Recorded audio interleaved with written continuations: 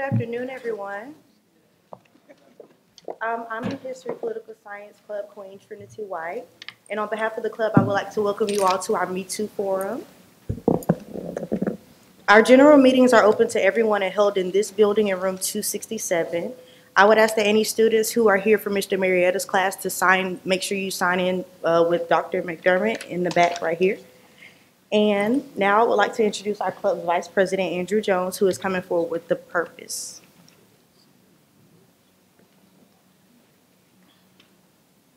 Good evening. My name is Andrew Jones, and I'm the Vice President of the History and Political Science Club. Tonight, I'd like to thank you for coming out to our Me Too Forum. The purpose for tonight is to foster discussion and to raise awareness for sexual assault and sexual harassment. Tonight, we have 5 panelists who are educated and experts in their field, ranging from psychology to the military, and we're giving you these resources. And during the event, there will be a question and answer portion, and these panelists will gladly answer your questions. I'd like to introduce our parliamentarian, Kiana Jackson. She will introduce our panelists to you.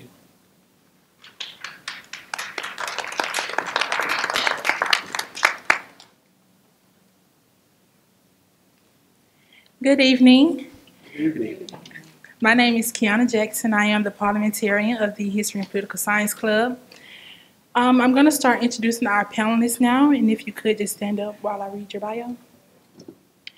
First we have Ms. Mary Martinez Allen. Mary Martinez Allen is the Executive Director of the Lily Pad Sane Center. She is a graduate from Georgia Southwestern State University, summa cum laude. Mary is also a graduate from the Georgia Public Safety Training Center's Regional Police Academy in Tifton, Georgia. She began her career as a law enforcement officer for Albany Police Department. During this time, Mary has become involved with the Southern States Police Benevolent Association as the secretary of the Flint River chapter. In 2011, Mary joined the Dougherty County School System Police Department in efforts to work primarily with children. During her law enforcement tenure, Mary went to Finding Words, Georgia training to become a forensic interviewer for the Lily Pad Sane Center. Shortly after Mary knew she found her heart's calling and joined the Lily Pad team full-time as the lead forensic interviewer and child advocacy director.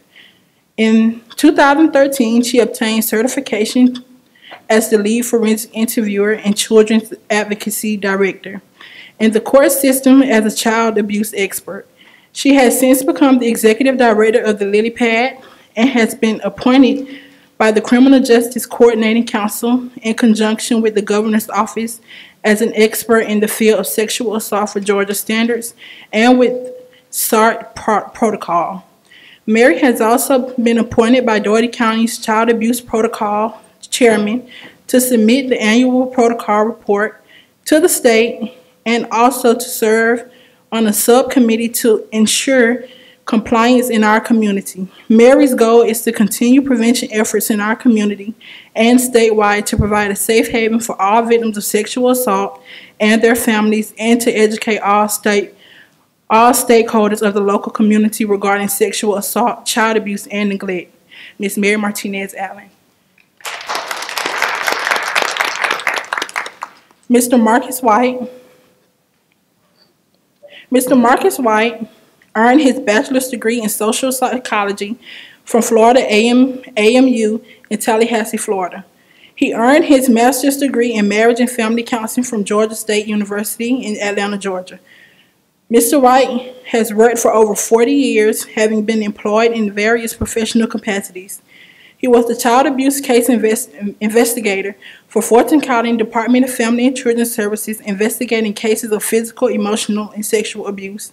He was the Child Protective Services and Foster Care Social Worker for DeKalb County Department of Family and Children's Services, providing ongoing protective services, crisis intervention, and residential placement for victims of sexual assault. He was the Director of Social Services for Georgia Residential Treatment Program for adolescent male victims of sexual assault. He was the Victims Advocate Program Coordinator for the Marine Corps Logistics-Based Behavioral Health Division in Albany, Georgia. Mr. Wright currently serves as the Director of Sexual Assault and Victim Response Program for the Marine Corps Logistics-Based in Albany, Georgia. Mr. Marcus White.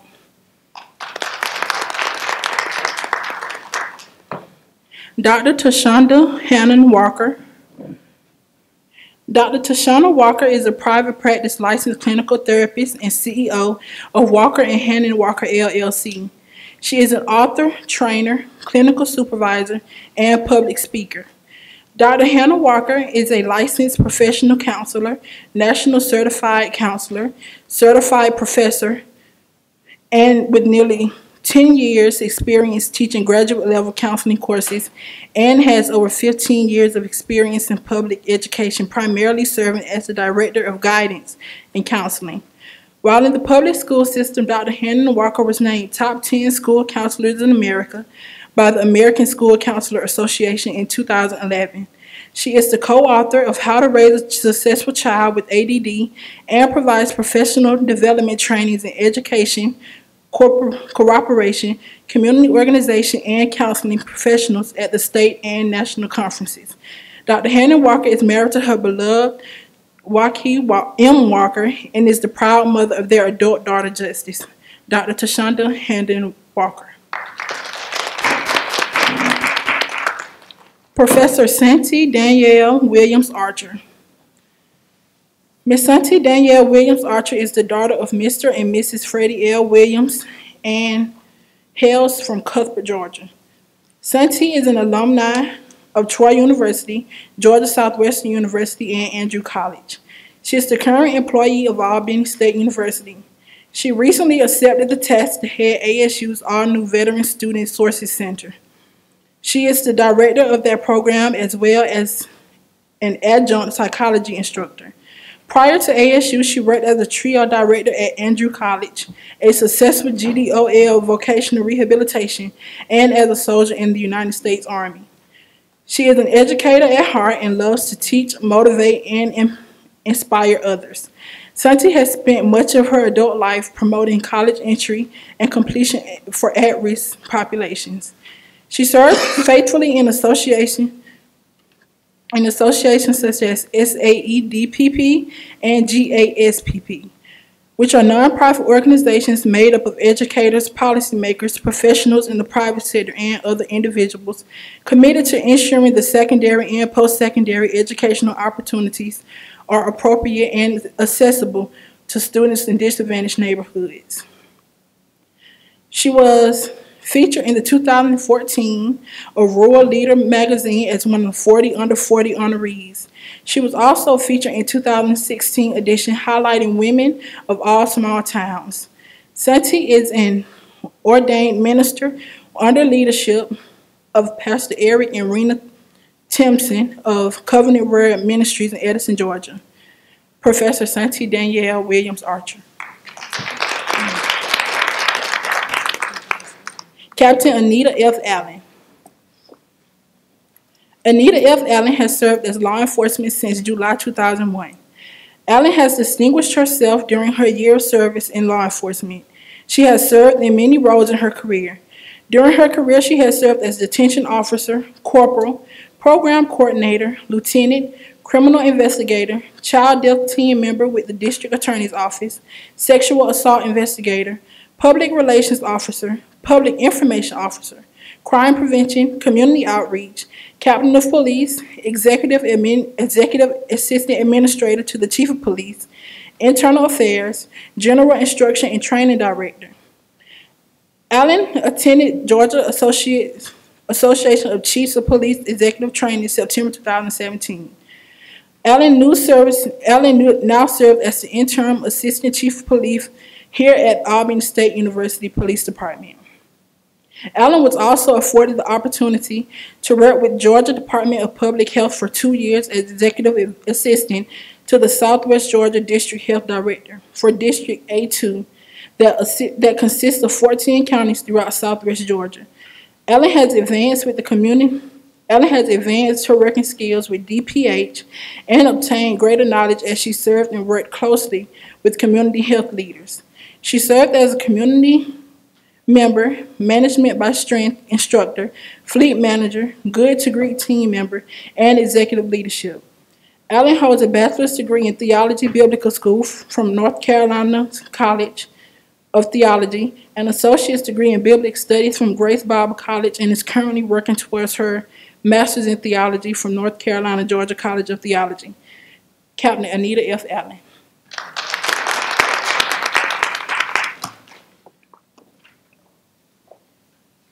Thank you, Kiana. Good evening. I am Colette Jenkins. I am the president of the History and Political Science Club. I'm currently a senior, and I am a major of political science.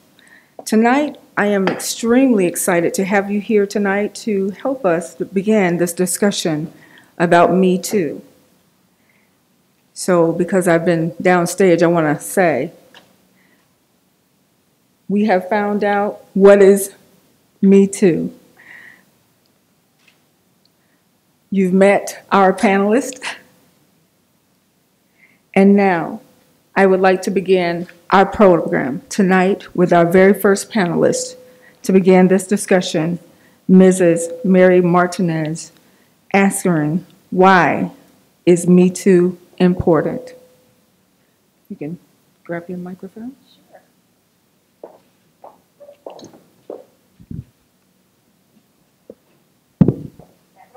That's perfect. All right. I would like to let you know, for those of you after she has spoken, we'd like to give you the opportunity to respond, and then also if you have any questions, we have microphones at the stage. Please, if you will, just come forward and we'll recognize you to begin your questions. Thank you. Good evening. My name is Mary Martinez Allen. I'm the executive director of the Lily Pad, as you heard. So tonight, whenever I was asked to speak about two things. I was asked to speak about why is Me Too important and to bring a survivor. And I said, okay, I'll be there and I'll do both. So why is Me Too important? Well, my question back to that is, why is it not important? Why are we just now hearing about Me Too? I think it's great that you guys are here. I think it's great that people are talking about this. I think it's wonderful that there's social media out there that has, that gives each and everyone the ability to have a voice and to say, what their thoughts are, or what their opinions are, and what they're thinking. But the problem with that is it's always been important. This is nothing new. This is not something that just happened. 1 in 6 women are sexually assaulted. 1 in 4 girls are sexually assaulted before their 18th birthday. So, although it's not something new, it's something just now being talked about. That's unfortunate, but it's great that you guys are here to spread the word. So why is it important? It's because 94% of us suffer with PTSD. It's important because only 6 out of 1,000 perpetrators serve jail time. That's staggering. So that's why it's important. It's important because 7 out of 10 women know who their attackers are. They're people that they know, that they trust, that are friends of their family. It's important because while we've been sitting here, every minute and a half, someone else has been sexually assaulted here in America. So that's why Me Too is important. So to speak as a survivor, I wouldn't know where to begin. Whenever I interview kids, I ask them, tell me about the last thing that you remember, or tell me about the first time that you remember. And in my brain, I don't really know a first time, and I don't really know a last time. And for prosecutors, that's really tough because at 3 years old, I should know the date, the time. I should have a video. It should be on camera. I should have a witness. But unfortunately, that's not how sexual assault goes. So the first time I don't remember a lot. My memory is very fragmented. So I don't know if that's because I was so little or if that's because it was so traumatic. What I do remember is the smell. I remember the taste. I remember the feeling. And I remember that every day like it was yesterday. So that's why it's important. Because I'm not the only one. The last time I remember would probably be, I was maybe 8, and I can remember the words. I can remember, take your panties off, it will feel better. And I was wearing a pink nightgown with a pony on it. And that's the part I remember. I don't remember the details. I don't remember the taste or the smell that day. I just remember those words. And that's why Me Too is important. Because again, I'm not the only one. So for 11 years, I have worked in the field of victim services. I've done everything from being a victim advocate for victims of domestic violence to being a cop to being a forensic interviewer, and now I'm more on the side of running a business. But as a result of what's happened to me, that's become my passion. Because if I can help someone else, or just be a listening ear, that helps too. All of you here, sitting here, listening to me, listening to all these other fine people, that helps too. So that's why Me Too is important. And it's so important because these effects that I talk about, they never go away. We just learn how to, live with it. We learn how to deal with it on a day-to-day basis. But it's nothing that ever stops. Just like this is nothing new. We're just now talking about it. So the best thing I can say is if you do meet someone that says, hey, me too, provide that listening ear. Don't judge. Don't make a judgment on what facts they can recall, what happened to them. That old saying, well, what was she wearing? What was she drinking? Doesn't matter. So that's why Me Too is important, because it's me, maybe some of you in this room, could be anybody. So I'm open to any and all questions. Thank you. Thank you so much.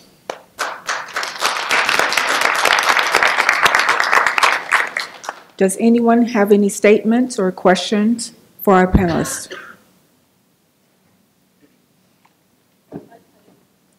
Please come forward.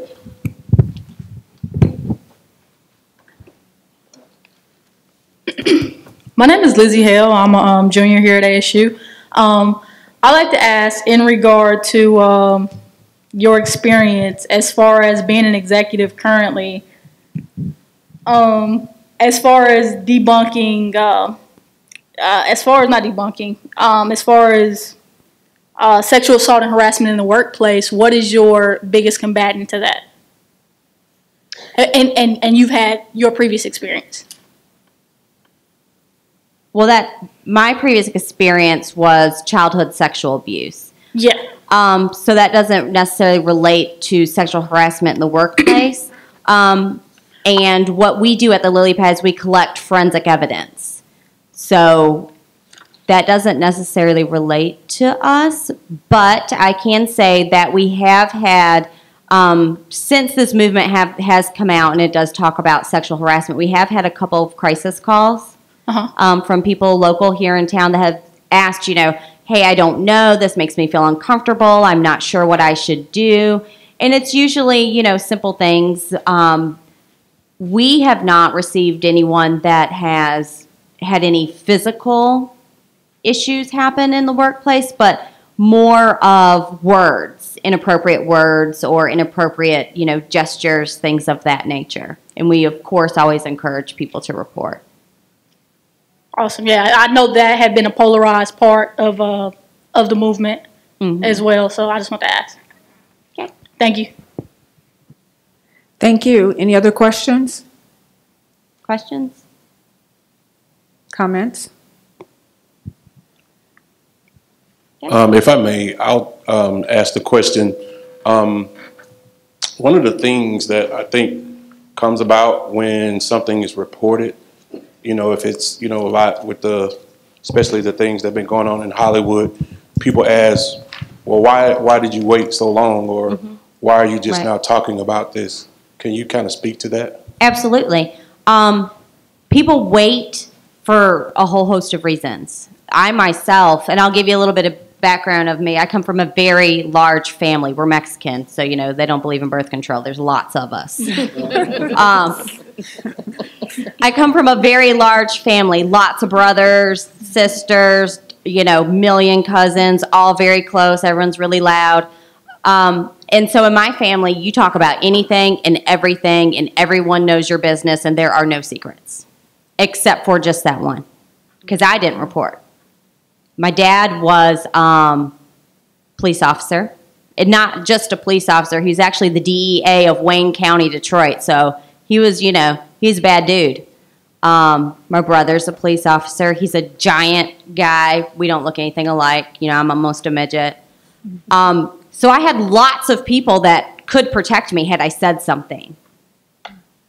But people don't report. It took me 30 years to even be able to talk about what happened to myself.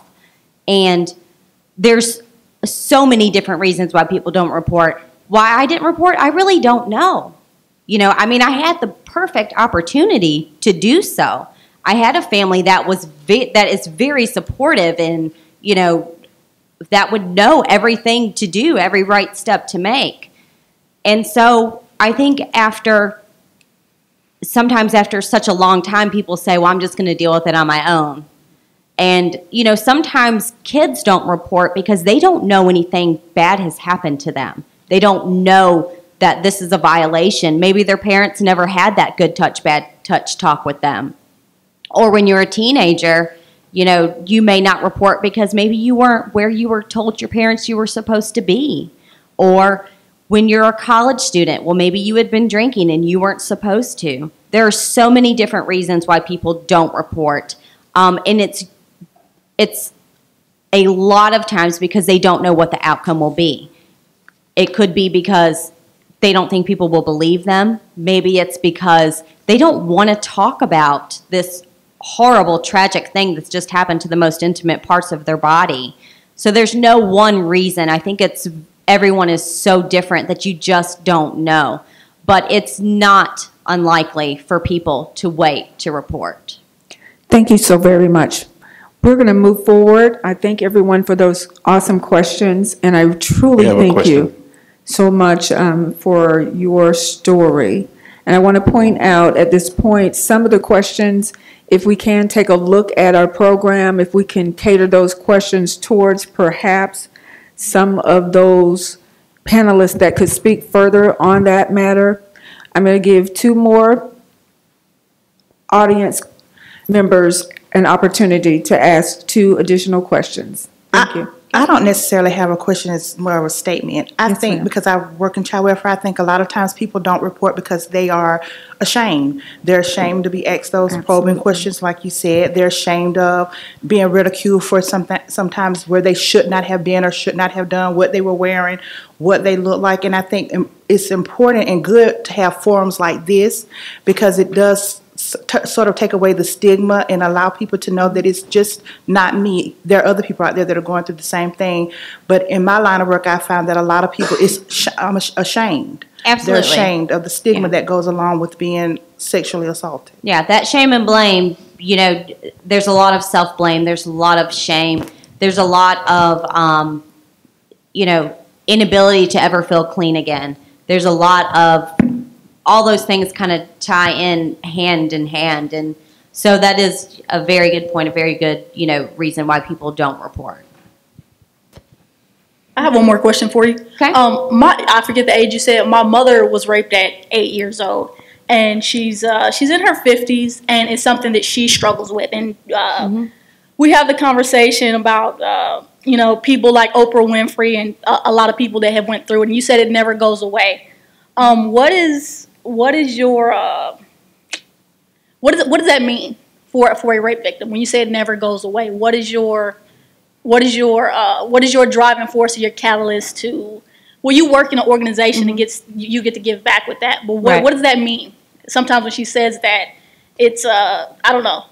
It's different for everyone, that thing that never goes away. And I'll be very honest with you, my thing is sometimes I'll wash my hair 4 times in the morning. That's my thing. Or if you ever come to my house, trust and believe you can eat off of the floor. It is spotless. Wow. Because that's my thing. But it took me a very long time to realize, I just thought, I'm a little crazy. I'm a little OCD. You know, stuff's got to be in order. Stuff's got to be clean. But over the years, I've learned that's my thing. That never goes away. And your mom's thing could be anything. It could be, you know, something completely different. Gotcha. I work with a young lady where her thing is, do not touch her to wake her up. She will wake up fighting you, you know, and that's her one thing. So it's just those triggers that you never know what it can be. It could be something huge. It could be something teeny and simple. And the goal is to learn how to deal with that. The goal is to learn how to recognize, okay, I'm having that day. Back up, stop. You don't have to wash your hair 3 more times. Stop it, girl. You're being nuts. You know, don't do that. Everything's okay. You're good. And so you learn to recognize your triggers. You learn to recognize when you're, you know, about to go down that road. And again, that's the goal, but that doesn't mean that's always what happens. That's very, very, very difficult to do. Thank you. Yep. Thank you. We want to try and attempt to stay on schedule. However, I'm looking at our additional panelists, and I'm noticing their head nodding. And I just want to offer the other panelists, if you have any additional statements that you would like to make based on these questions that have been asked prior to, so before we move on to the next item. Thank you so very, very much. Everyone, let's give her a warm hand. And I want to point out, additionally, on each of these topics, I want to open the topic up. So if there's any additional panelists that have some ideas or thoughts that you would like to share or add, please be welcome to do so. Our next item on our program is Men Too. I'm going to ask our panelists to speak to this item. Go right ahead.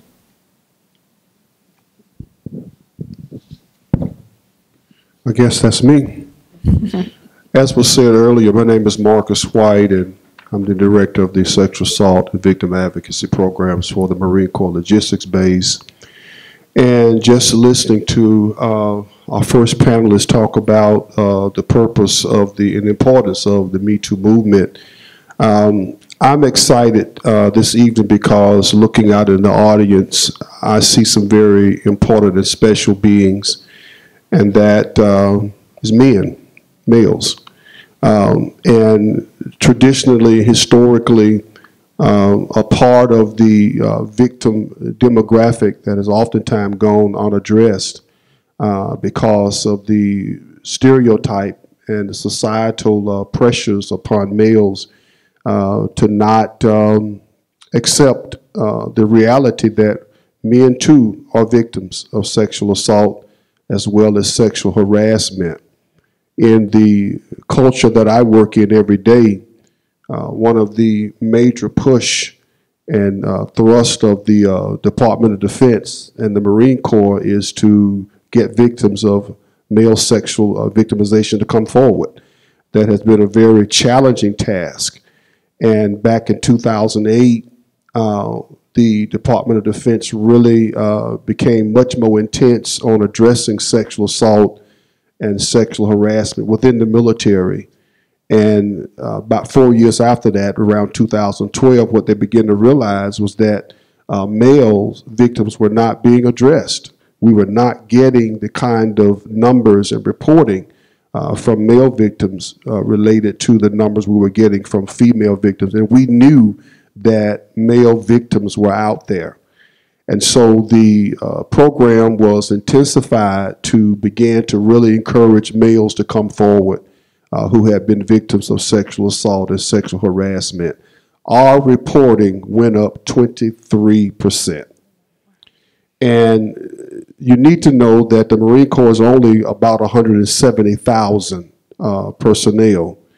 And our reporting for male victims went up, took our numbers up 23%. And that told us that we needed to do a whole lot more work in addressing male victimization. So what are some of the barriers to males coming forward? Well, I know in the military culture, and I believe it's the same even in the civilian culture, males are taught to be strong, am I right? Males are taught that we're supposed to be bulletproof, and there's a movie program that comes on Netflix called This Guy's Bulletproof. You can shoot him with bullets, and bullets just bounce off of him. Society somewhat socializes men and males and young boys to not admit pain, to not admit trauma.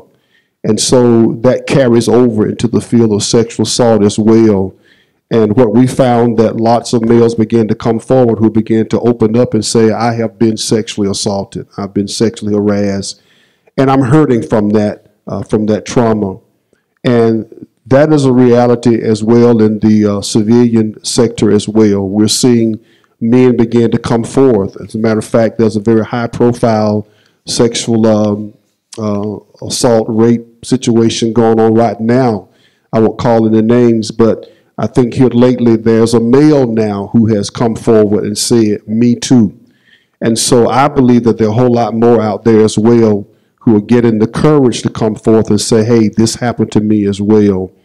A lot of the male victims in our civilian culture are in institutions such as the prison system.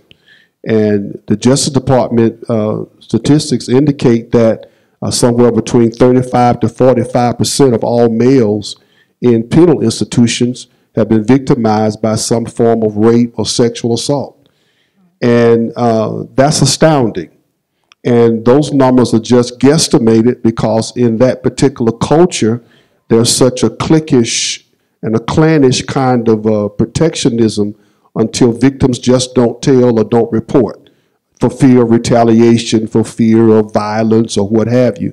So they really believe that the numbers in the penal system is much, much higher when it comes to sexual assault and rape than what small numbers they've been able to obtain. So it's in every sector of society, and what makes me excited to see men here tonight getting this kind of awareness and education so that we can take this back maybe as a surviving victim or someone who's able to take this back into your environment and educate others. But we do want to encourage men to come forth. I've got a lot of information I brought tonight to share. I was just trying to feel my way to see exactly what kind of forum this was going to be. So in light of the other panelists, I'm going to terminate my discourse and allow the floor to open up for questions if there are anyone who has questions. Well, thank you, Mr. White. I do have one question.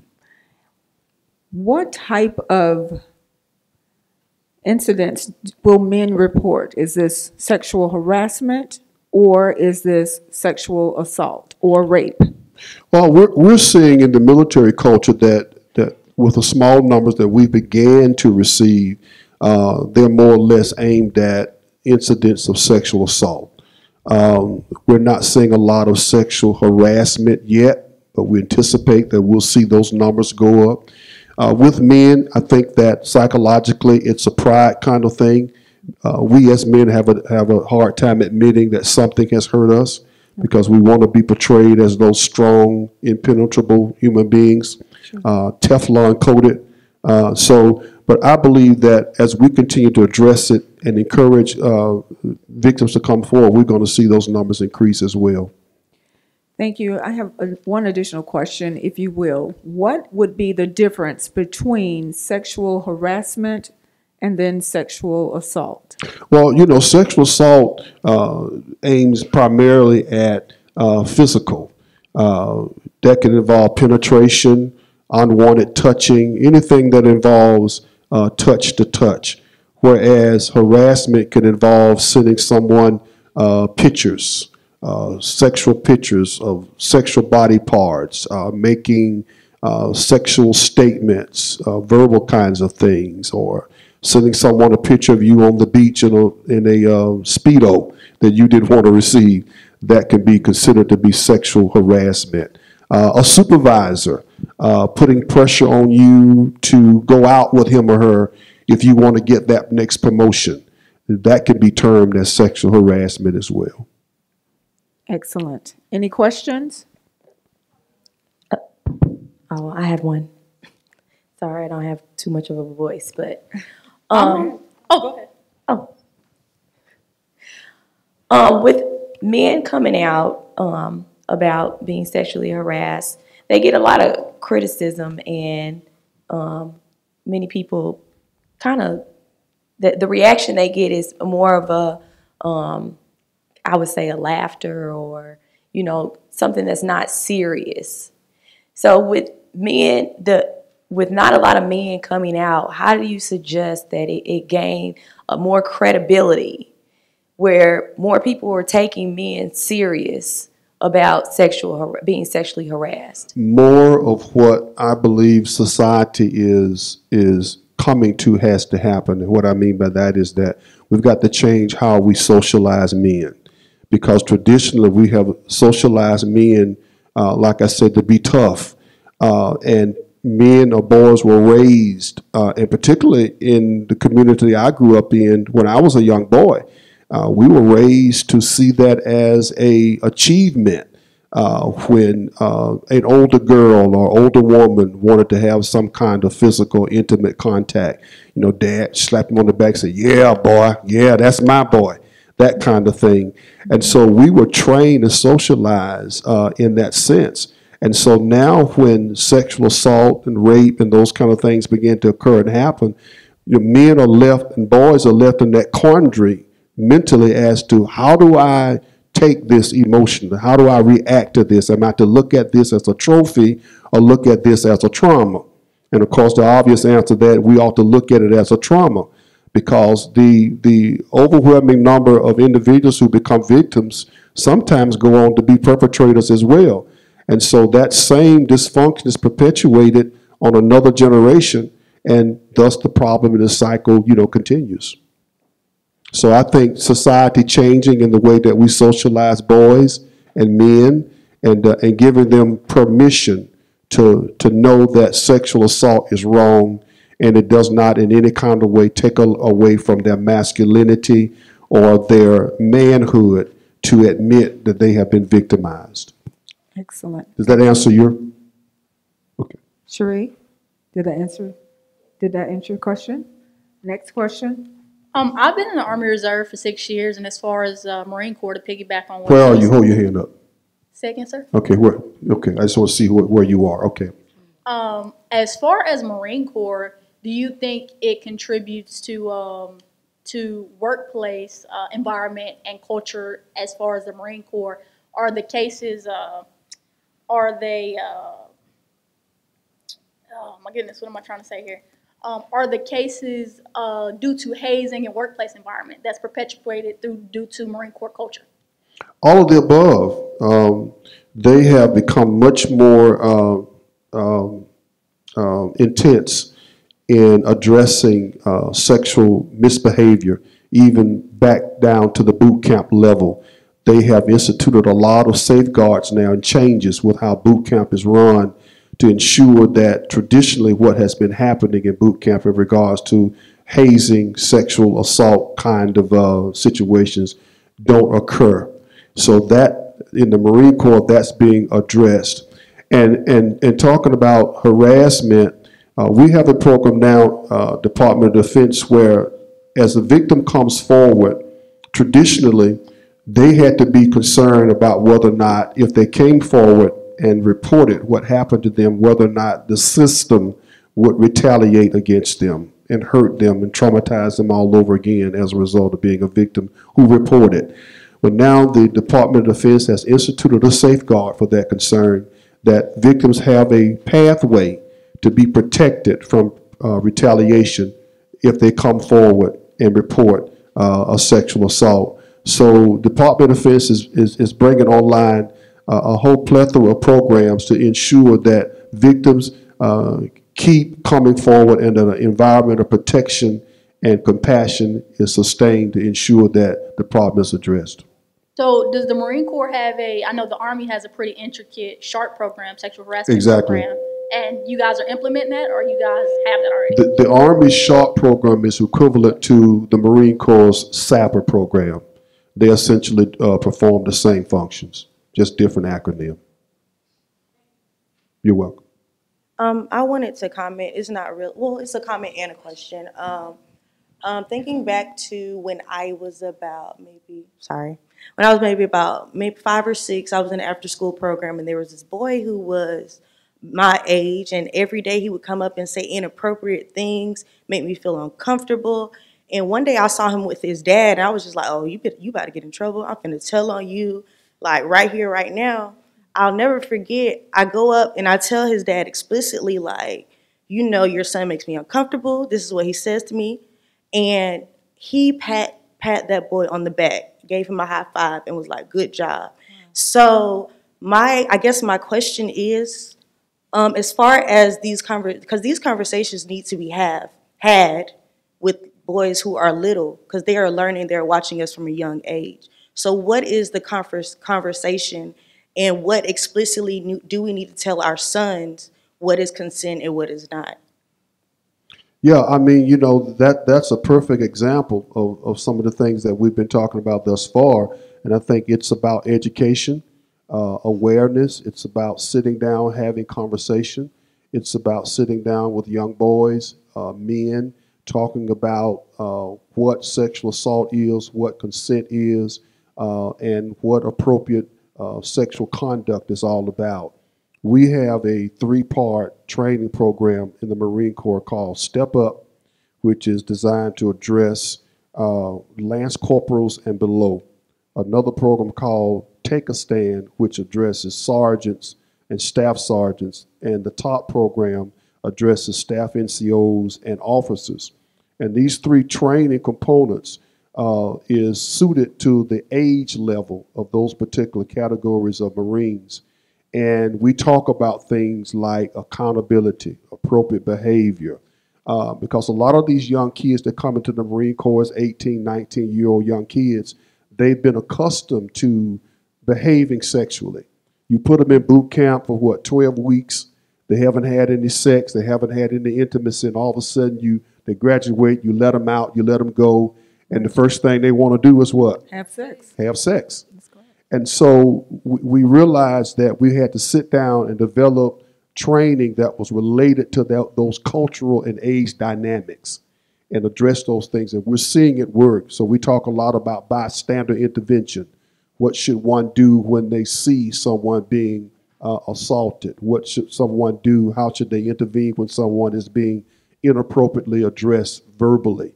You know, what is their responsibility to speak up and to stand up and act out? So, you know, we're instituting all those different safeguards to address sexual assault in the military. Any additional questions or comments? We have one. Outside the military, what other services like counseling services are provided for men?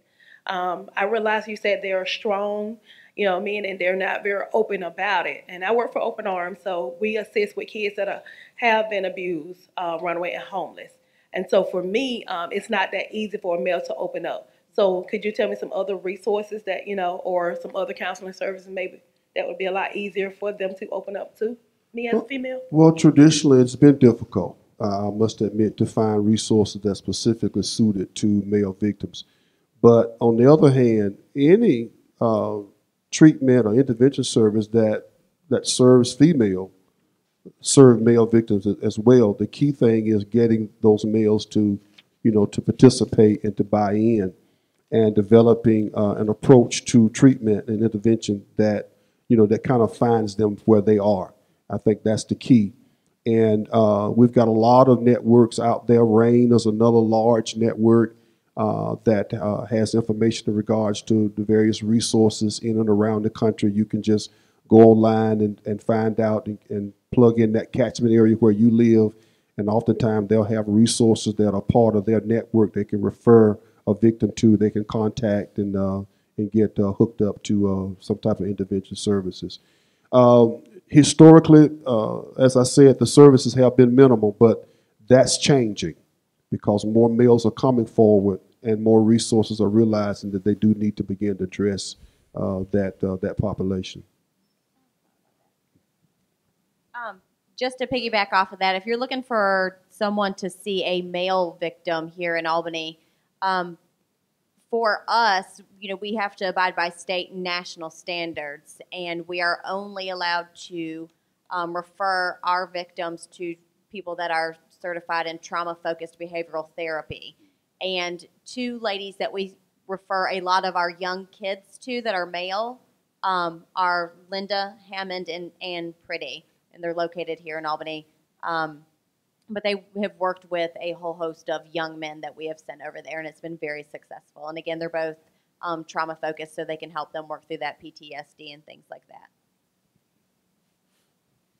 What I would like to see is institutions like the Boys Club, the Recreation Department, those type of programs that work with a lot of young boys and adolescents on a day-to-day basis, began to look at instituting in their program services like that. Groups, doesn't necessarily have to be therapy per se, but groups for young adolescent boys and men to come in from the community, a victim support group, places where boys and men are already comfortably connected, and utilizing that as a vehicle to begin to provide those kind of outlets for adolescent boys in the community would be powerful.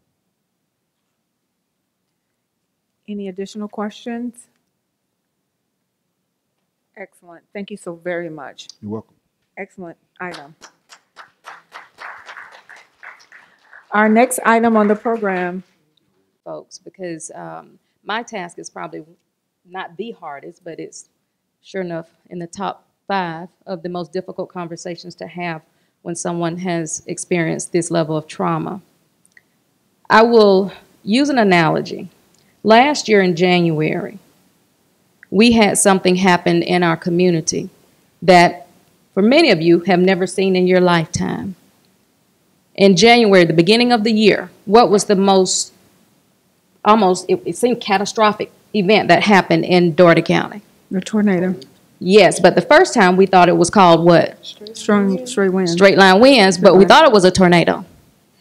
And so it came to me because I was wondering, how does that relate to sexual violence? Well, I think we all can relate to it when I say it this way. When we experienced straight line winds, at first we thought it was a tornado. A couple of weeks later, we got to see the difference, didn't we? Yes, we did. So now we're real clear that when a tornado happens in our community, or if it happens to us personally, that the repair and the rebuilding takes time. Well, so does sexual trauma. Just like when you look at it from a visual standpoint, because I'm a visual learner too. When you think about going out into the community and you see how houses had been torn down and trees had been toppled over, and how different, trucks had been mangled around trees. Well, when a person is experiencing trauma, they feel that way. Everything is upside down, turned over, looks, unrecognizable. And so part of the work that I have to do as a therapist, a licensed therapist, and in our practice, we do have certified individuals who are specializing in trauma. So we are focusing on that area because we're seeing it more and more that the work that has to be done is kind of like the work that we're having to do as a community rebuilding Doherty County and the surrounding county. The only thing that's left that most of my clients tell me is that the frame is still there. But part of the work for me is to help them figure out now, how do you build? Well, I'll say the foundation, some of the foundation is still there, but the frame is still torn. So part of my work is how to help them build the frame that is healthy. And part of that coming to helping them learn to do that, they start building walls but when they build walls without help, they don't put the windows and the doors in that house that they're rebuilding. And because the house is being built with no windows and no doors, it's hard for them to see hope, to see how we can actually make it out of this again, or how now I can have a new sense of purpose. And so when they come to therapy, my job is to help them find that 1% of hope. Because I believe that if I could help them see 1%, we have something we can build from. But most of the time when they get to me, they can't see the 1%. So we start little by little trying to at least restructure the home where there's a window. And then we start trying to build doors. And I'm not going to say that this work takes a few days. For some individuals, this may take years.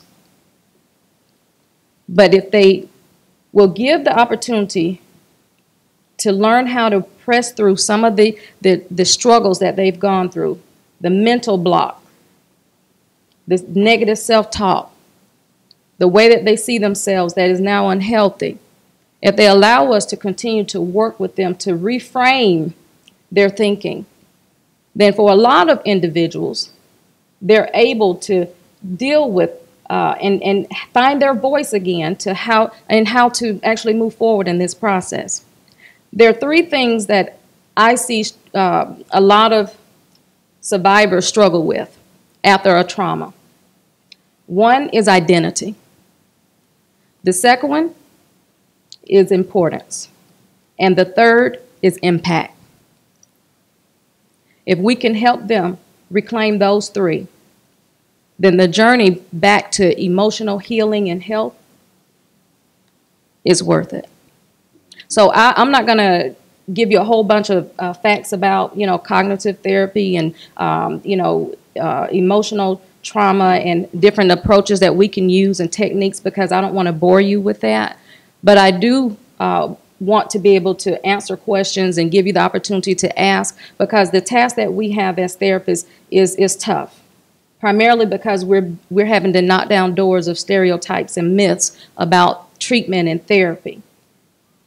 But for those who come and they stick with it and they're willing to do the work, I think they see themselves in a way that they're proud of.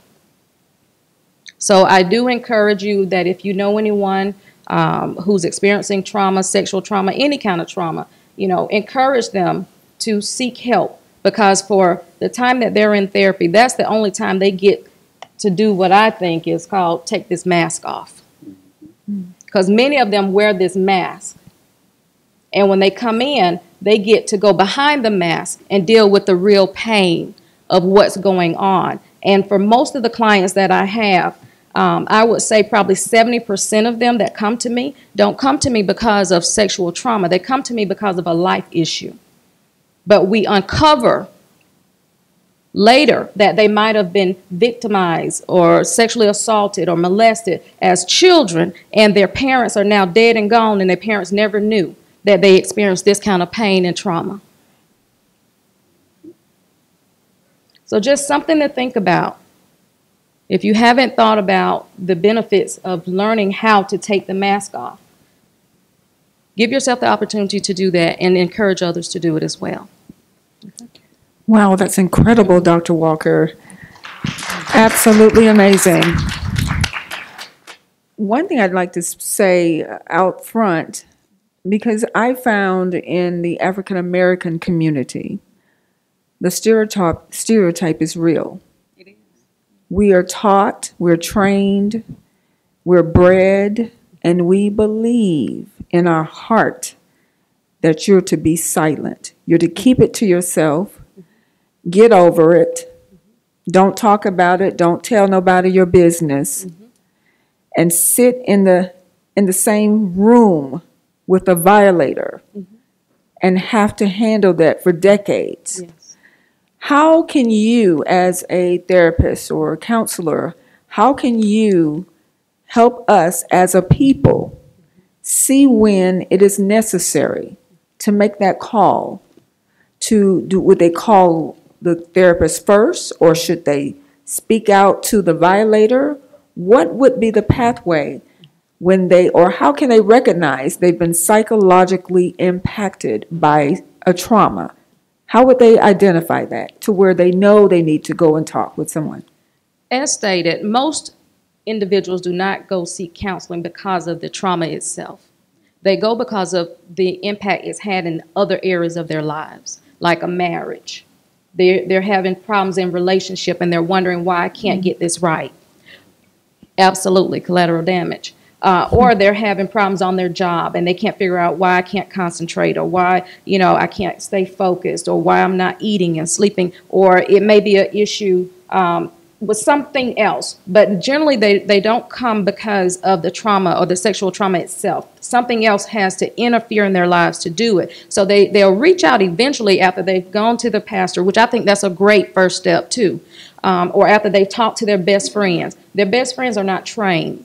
So their best friends are going to offer them advice, and they mean well, but they don't have enough of the clinical skill to be able to help go deeper and to deal with some of those intricate areas. So it's not until after they've come in, most of the time, from my experience, after so many sessions, that we begin to uncover some hidden things that they're even comfortable talking about.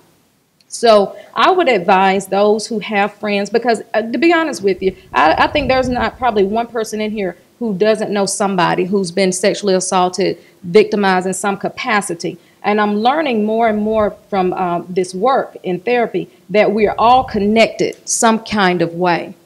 And because movements like the Me Too movement is taking place, it's allowing all of us to feel a little bit more comfortable saying, you know what, this is real, this is happening. And I do a lot of supervision with other, aspiring clinicians. And one of the girls that I'm working with, she's in Durham, North Carolina, and she's, she's over the Crisis Response Center there.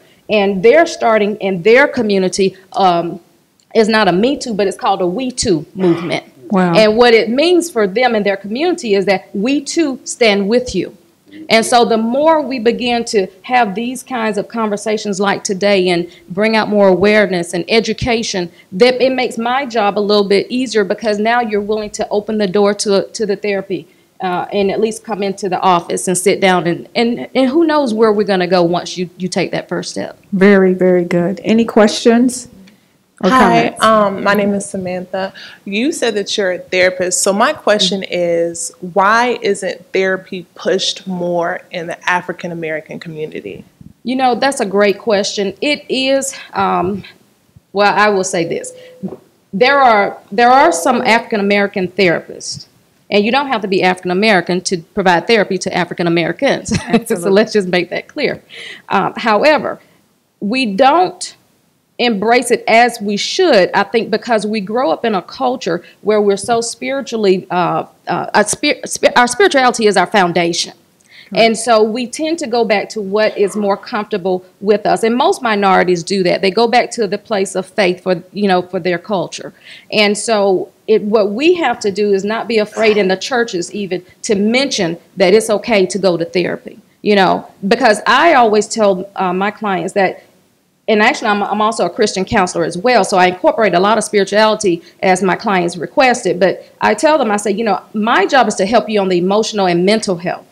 I can incorporate some spirituality, but we're not just one part of a person. We have multiple areas of development. So you have to develop yourself spiritually, you have to develop yourself emotionally, you have to develop yourself cognitively, you have to develop yourself physically. And if all of those areas are being worked on and made to become more healthy, then you can have some of this wholeness that we talk about. So again, we just have to really do more starting with the church, because that's where most African Americans are going to convene. We're going to be at church. So starting there, staying in the community, making it relevant.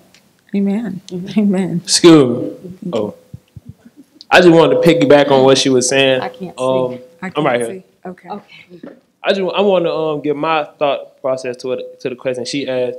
I feel like the reason why therapy is not pushed in the black community is because, like me personally, growing up, I always was like, I was around people who always told me that black people not really as important as white people. Like, I was always taught that we don't matter, so just do what you want to do and die, basically.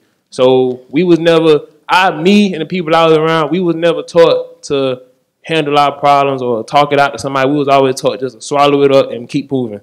I think that's a lot of reason why. Well, that's a great question. I mean, a great comment, because what you're saying, I've heard that before too. And I think our parents and our family members give us what they have. And if they didn't know anything more than that, then they gave you what they had. And so as we, grow and learn and expose ourselves to different environments, coming to college and being around different thinking, sometimes exposes us to new ideas. And sometimes you have to be willing to test, your understanding against what was told to you. And just kind of try it for yourself, because at the end of the day, our family doesn't mean to hurt us. I think they just didn't know. Absolutely. Any other questions? I have two questions, and they kind of go together, but in a small way. But as the fact that some of us don't report it or don't recognize it until later on in life. You say that some people don't recognize the issues that they have until they come to therapy for other reasons. How do you, and also a majority of people that are sexually assaulted by someone that they know. Mm-hmm. So how do you actually address the issue of someone coming to you in a therapeutic way to get, through the situation with this person that has sexually assaulted them, that they have to still continue to see on a daily basis, or, maybe it was somebody in their family or something in that nature? I can almost tell you, again, majority of the individuals that come to me, if they were sexually assaulted, it was from someone in their household or someone that comes to their household that they know regularly, and that they've had to go back into that environment and still interact with them around family and friends at birthday parties and cookouts, and pretend as though nothing had happened. And to get them to a place where they can actually speak that to me is healing in itself, because they've lived with it for so long and put on this mask to even be able to acknowledge that this did happen and this is the person's name that did it. That is huge for a person who's experienced that. But I will say this, by the time we get into the therapeutic relationship, they would have gotten to a place where they're more comfortable. And because we try to create a place that's safe when you come into therapy. And we want you to take the mask off for that reason, because we can't change or grow if we're still operating under the secret. And I always say secrets are scandals in the spirit. And so a lot of what is holding them from being able to love and to move forward is that scandal. And so whether they ever confront the person who victimized them or not is not always the end result. It's about you now being able to take your voice and your power back, and you having more control of what you want to do now that you've come to grips with the truth. It's about authenticity. And once a person now feels that they're more authentic, they have a greater sense of who they are, which is now allowing them to be able to identify again. And that's part of, absolutely, self-empowerment. So that's one of the major proponents of what we try to do. Okay. Great question. Thank you. To give experience to what he was saying, you're definitely taught in the Black community to kind of hold it together and that you can handle it yourself. So going to therapy is beneficial. I've been, and like you said, it takes time. Mm-hmm. Sometimes when you go, you break down mental blocks that you didn't even know you had. Absolutely. And once you start going, it's a different experience. So I would say definitely you just give it a try. That's the biggest thing, giving it a try and taking the mask off, like she said. Secondly, is it covered under insurances, and who's paying for it? We okay with? Go right ahead. Go right ahead. That's an excellent question. Well, it can be. It depends. I mean, it depends on your insurance. A good portion of my clients will pay out of pocket sometimes because they just, for whatever reason, some people just would rather pay out of pocket. But you know, insurance could pay for it, definitely. So there are many ways. Victim compensation. Yeah. If you're a victim of sexual assault, yeah. victim compensation will pay for your therapy up to, I think, 11 sessions. Gotcha. And I have one more question for you, ma'am. The Me Too movement came as polarized when I read a Al Jazeera article saying that it debunked, and this was Me Too covers so much in addition to sexual assault and sexual harassment. It debunked the myth of black men as sexual predators, and it exposed other races as you know, they experience sexual assault and sexual harassment as well. Do you feel like that is something that goes on in the white community and other communities, something that's not as talked about in different communities as well? I think that question was for me. Yes, ma'am. I'm not sure if you're asking me, do I think that happens? You're saying that the Me Too movement came out as in the black community? No. When it came out on a national level. I forget who got exposed. I think Bill Cosby, and then the producer. It was like a white producer got exposed. Yeah, the Harvey Weinstein guy, who's a white guy. I think historically, people have always thought it was the old creepy white guy in a van, you know, handing out puppies and candy. I don't think that it's, you know, when historically as a community we think of sexual assault, we think of a black person. It's usually creepy old white dude in a van, which is usually not, you know, how that goes. We did have that one case here in Albany where Kenneth Kellum was a creepy old white guy in a van, had chains and girls' panties and stuff in there. But, you know, that's not usually how it goes. But sexual assault, it doesn't hold any racial parameters. Like I mentioned, you know, I'm Mexican. It happened to me. My husband's a white guy. He's not the creepy one. You know, didn't happen to him. But no, I think sexual assault holds absolutely no parameters. You know, black, white, Hispanic, Asian, rich, poor, whatever.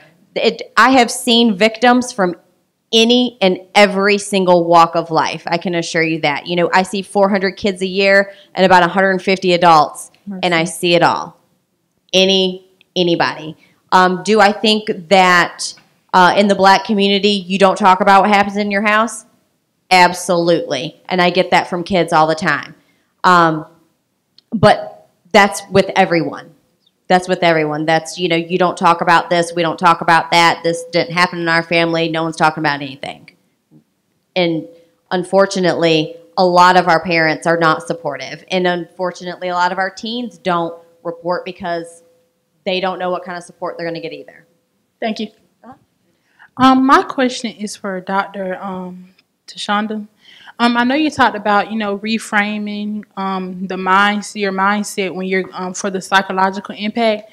My question would be, how do we go about reframing the entire culture? Because I think a lot of us don't think about men are affected by this kind of power structure as well. And I think that's what Me Too started as, kind of addressing the power structure of sexual harassment and how it's used to kind of silence women. How do we go about addressing that issue and the psychological impact of growing up and men feeling like they have to be so tough and women being taught to, I know a lot of women, we're very apologetic. So even if it happens to us, we're like, well, you know, we'll punish ourselves for it happening to us. You know, we'll quit our job instead of going to HR because he's our supervisor. So how do we address the psychological impact on that level?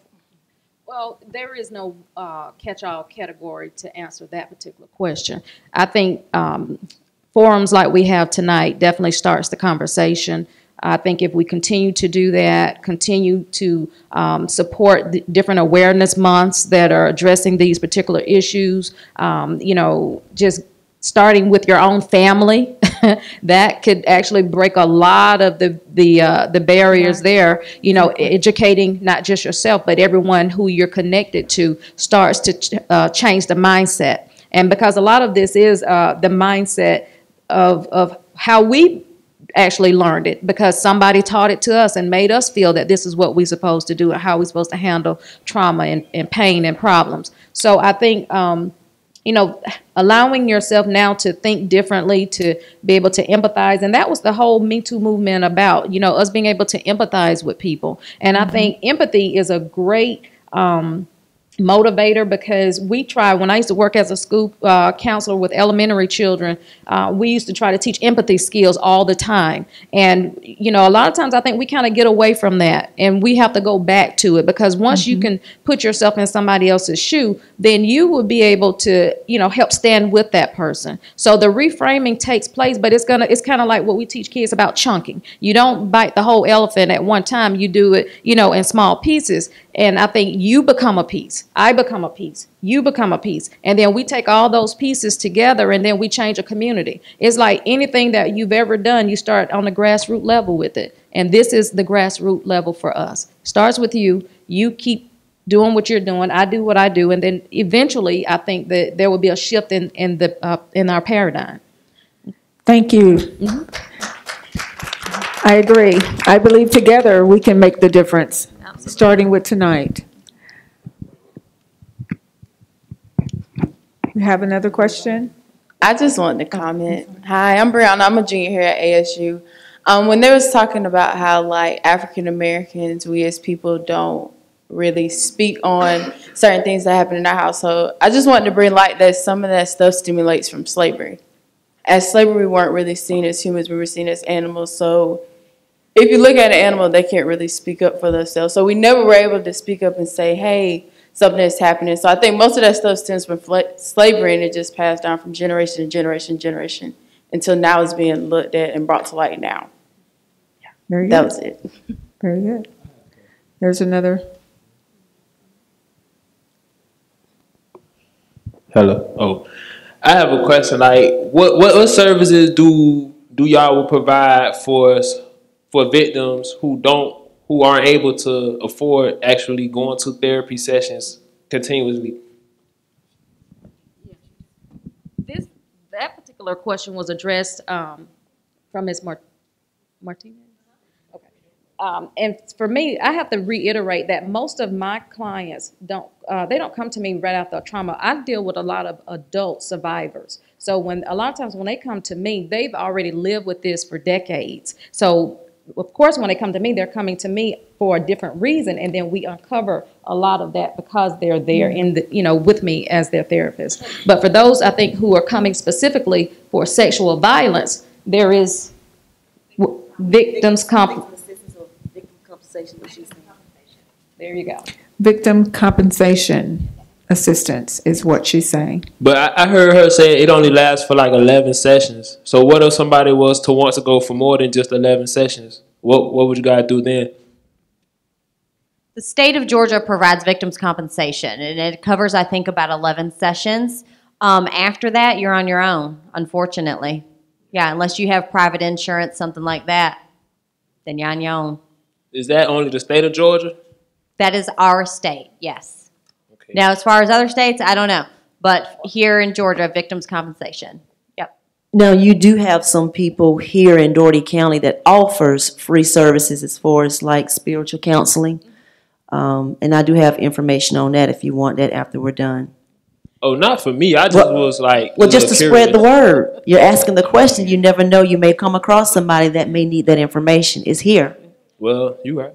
Well, and I will say this too. Most therapists do operate from a sliding scale in most cases. Like even with our practice, we don't charge all the time the actual fee that we should, because we're in a community where there needs to, be a little understanding when it comes to the finances. So most therapists will operate from some sort of sliding scale. So I don't think, if you come across somebody who's having that issue, just tell them to still make the phone call, allow them to talk to the therapist and see if there's something that can be worked out. Because at the end of the day, it's really about you getting the services that you need, not so much about the bottom line in terms of the dollar. Thank you. Thank you. For the sense of time, we must move on. We have two more panelists, and their topics are very, very important. So I wanted to go ahead and start with our next panelist. That is Ms. Sante Archer, about recognition. Yes, I'm Sante Archer, and I'm an instructor of psychology here for Albany State University on the West Campus. And what I wanted to talk about as far as recognition, and I wrote down my notes, and I do say a woman, but I do mean any person. A woman has the right to preserve and protect her body as well as her mental health. Any exhibited behavior that feels suggestive or pressure towards an outcome of unwanted or unsolicited sexual gain is a violation, and it shouldn't be tolerated. And what I want you to know as far as that is concerned is we have to, as we begin to redirect our feelings toward it, we have to, it starts now with education, and we're redirecting how we feel about this with the whole Me Too campaign. I would have benefited greatly from Me Too had it been a campaign 22 years ago. In 1996, I was a soldier in the U.S. Army, and a senior enlisted officer pulled me into their office and sexually harassed me. Now, imagine being low on the totem pole, I was only an E4, and having someone who was an E7 promotable, which means they was about to make the master sergeant rank, which is really high above an E4, and demanding that I take off my clothes in their office. And then they did not touch me, but stand and just look at me and gaze at my body. Now, I have to say, I was 20 years old and my body was right and fine then. It ain't the one you see right now. But this happened to me. And here, I wanted to say, as we begin to redirect our focus and redirect our attention, this non-commissioned officer who did this to me was a woman. So when I reported it, it was not believed initially. It was believed by one or two people, but those one or two people had vendettas against the person who did it. So, of course, they were on my side because they just wanted to take her down, take her position, because they all wanted to be the first sergeant at that time.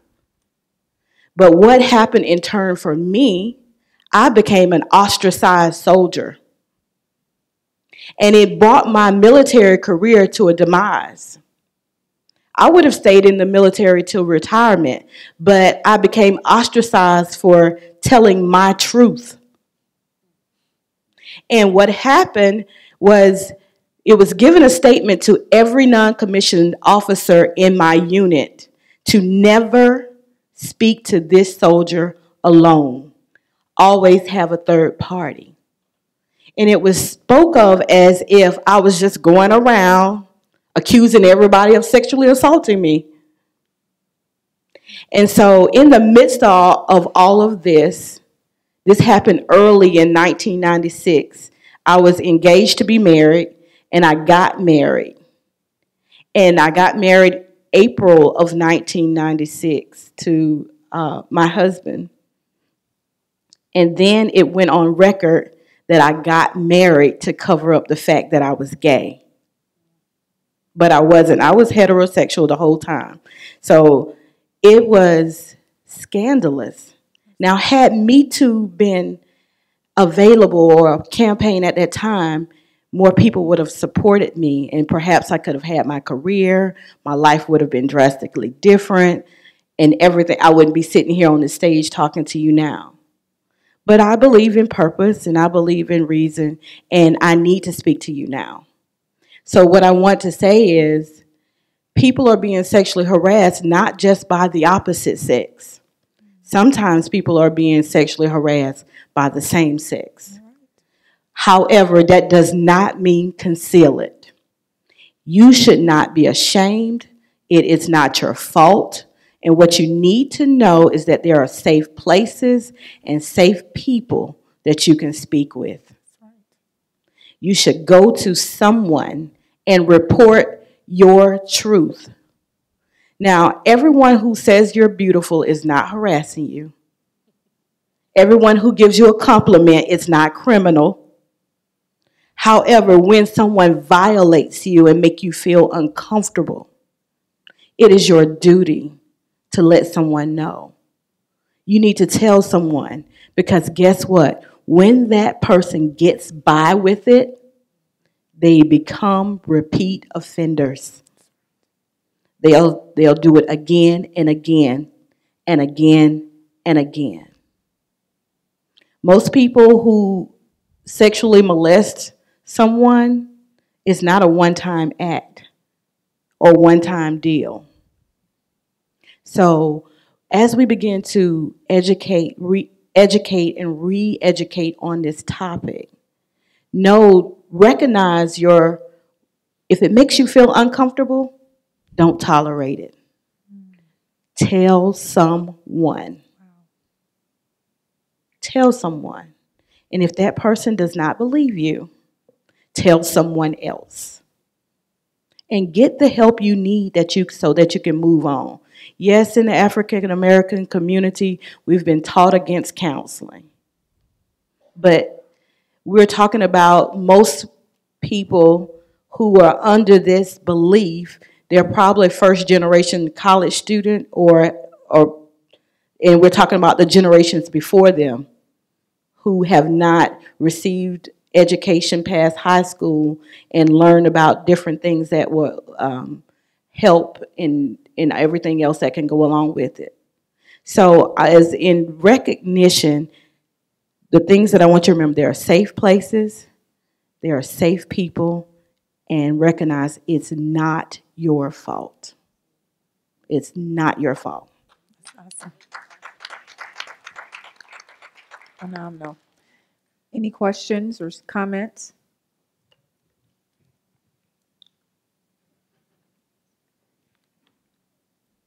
I see movement. Is there any questions or comments? Yes.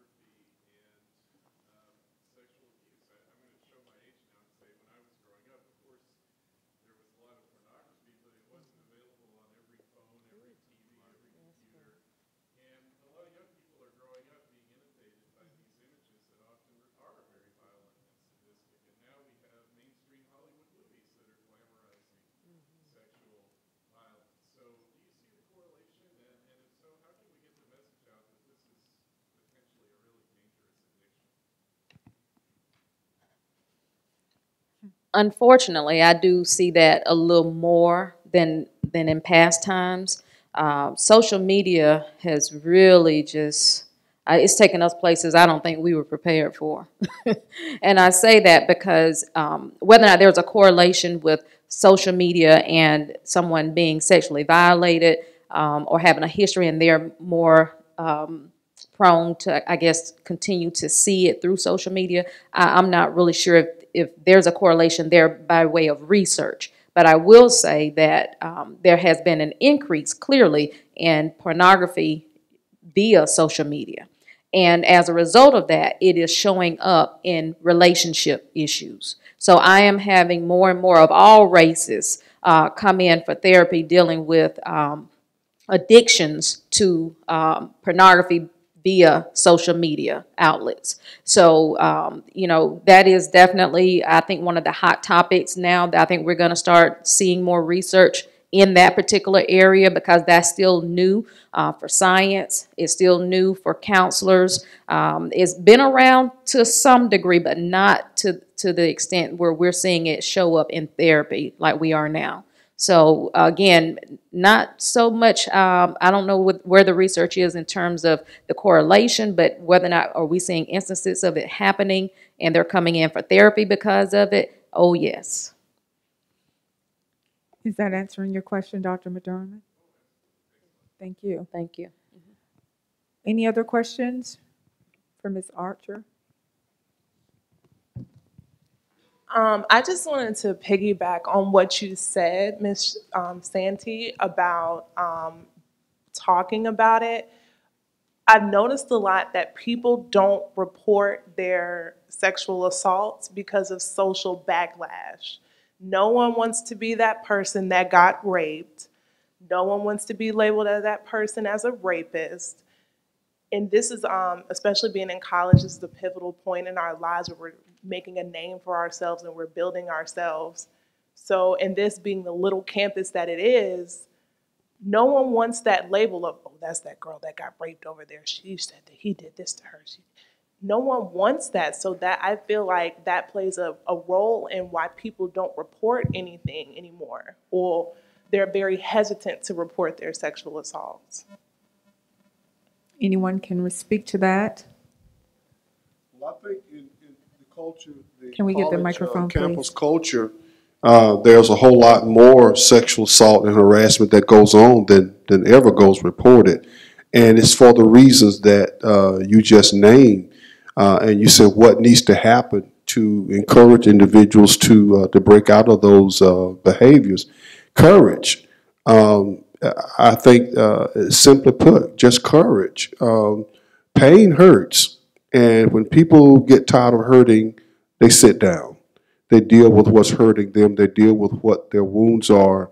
And I think in the college campus culture where sex and social media is so strong and such a dominant social element that all of the population tend to connect to, it can be difficult. Everything socially is about sex, the songs, the music, the lyrics, the spirit of the entertainment venues, the fashion. Everything points to sensuality and sex. And so it's an environment that is just inundated with sexuality. And it's a part of everything that is done. So it can be difficult. So it takes courage, in my estimation. And to piggyback on what he said, and we are the college students. We are the people submerged in this environment. So as far as culture, there's mentorship, and the polar opposite of that, there's a bunch of stand-up organizations as well. So make sure you're looking out for the person to your left and your right, whether you're at a party or no matter what you're doing. Make sure you're that stand-up person. You see it happening. We're submerged in the culture, so you can be a part of what he's talking about, or you can, you can sit back a little bit. You can stand up for the right thing. Even when nobody's looking. Thank you so very much. Is there any more questions for Ms. Archer? Can I speak to that as well? I worked several years at another institution in under student life. First of all, when you go to report it as a college student, that is supposed to be kept confidential, your report. Now, if you told all the girlfriends in your dorm, that's different. But once as far as the administrators, they're not going to further tell anything. Now, if that thing goes to tribunal and a student has to be put out or expelled because of it, that's still kept in confidence. So the only way it gets out is between the students. It does not come out from the administrator or your student affairs or student life offices. It is kept confidential what you report. And I do believe the police keeps that confidential as well. That's very good information. Can we get the microphone for you? In the military cultural environment, we have two reporting options. One is called restricted reporting option, the other one unrestricted. And in Can you explain those two? Can you explain the difference between those two? Yes. The restricted option, a victim has the opportunity to contact someone like me on the military base. That would be me or one of my uniformed victim advocates or civilian victim advocate, and report a sexual assault. They can elect for the commander and their superiors to not be made aware of that incident. So at that point, all they wish to do, if an actual rape occurred, where there was penetration, they can at that point get sexual kit taken on them, forensics, evidence, rape kit executed, and they can also be connected to some intervention, crisis counseling, medical treatment, or what have you. But the command doesn't know, no superiors, the chain of command, no one knows but the individual working the sexual assault program, and they have a responsibility to keep that information confidential. Now, they can, at any time, decide to go unrestricted with their reporting, and that way the command will be notified that a sexual assault has occurred, and the name of the alleged victim and the name of the alleged perpetrator is made known to the commander. And at that point, an official law enforcement investigation ensues from that point, and the alleged perpetrator is investigated or sometimes even arrested. So those safeguards are put in place to ensure that a victim at all times is being handled appropriately and with the utmost of care and confidentiality, because what has happened historically with victims, they're victimized by the assailant, and then they're traumatized again by a system that didn't understand their emotional and psychological needs. And so now they're hurt and scarred again when it didn't have to be. So, care has to be taken, and we try to make sure that victims are handled in that way. Thank you so very much. I believe that we'd like to segue to the next panelist. She can speak, I believe, in more detail in terms of crime. And if I may, I'd love to move on to our next panelist, which is our captain. But I do have one question I'd like to address. That one question, please. Do you have a microphone, please? We need to get a microphone back to the back.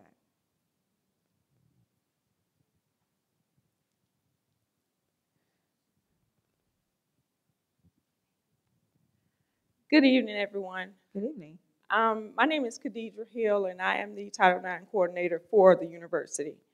To speak to your question, young lady, about reporting and the report being kept confidential, we do on campus, just like Mr. White was addressing, we have what we call a privileged employee who can take a report, and from that report, from that session with a privileged employee or a confidential employee, that information is kept confidential so long as it's not a threat to the college community. That is addressed by Title IX. So even someone who goes to a counselor, that if it's just in that session that they want to tell what happened, that information is not reported to anyone else unless there is a threat. And that assumption is, or that's assessed by the Office of Title IX. So everyone who receives a report on campus has to report to the Title IX coordinator. Otherwise, and then from that point, it's addressed just based on a case-by-case basis to see if there's a threat to the college community at large. Okay, so there are reporting options that are kept confidential. A privileged employee can receive a confidential report as well as a confidential employee. And what that looks like on campus is someone who is in the counseling field, someone who is in the clergy field, and someone in the nursing department. Okay, so did that kind of answer what you were asking? Thank you. Thank you so much, Ms. Hill. I'd like to add to that. If you report on a college campus, if you report at a hospital, it doesn't matter where you report, someone's going to see you somewhere, right? They completely understand what you said about there can be backlash. Someone's going to find out. Someone's going to see you walk into somebody's office and say, this is what happened, blah, blah, blah, blah. People in your dorm's going to know about it. That's just a reality, unfortunately, you know. So one option that has not been discussed that I think is extremely important is you have a rape crisis center here in Albany.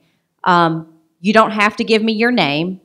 You don't have to tell me who you are. You don't have to tell me where your assault happened.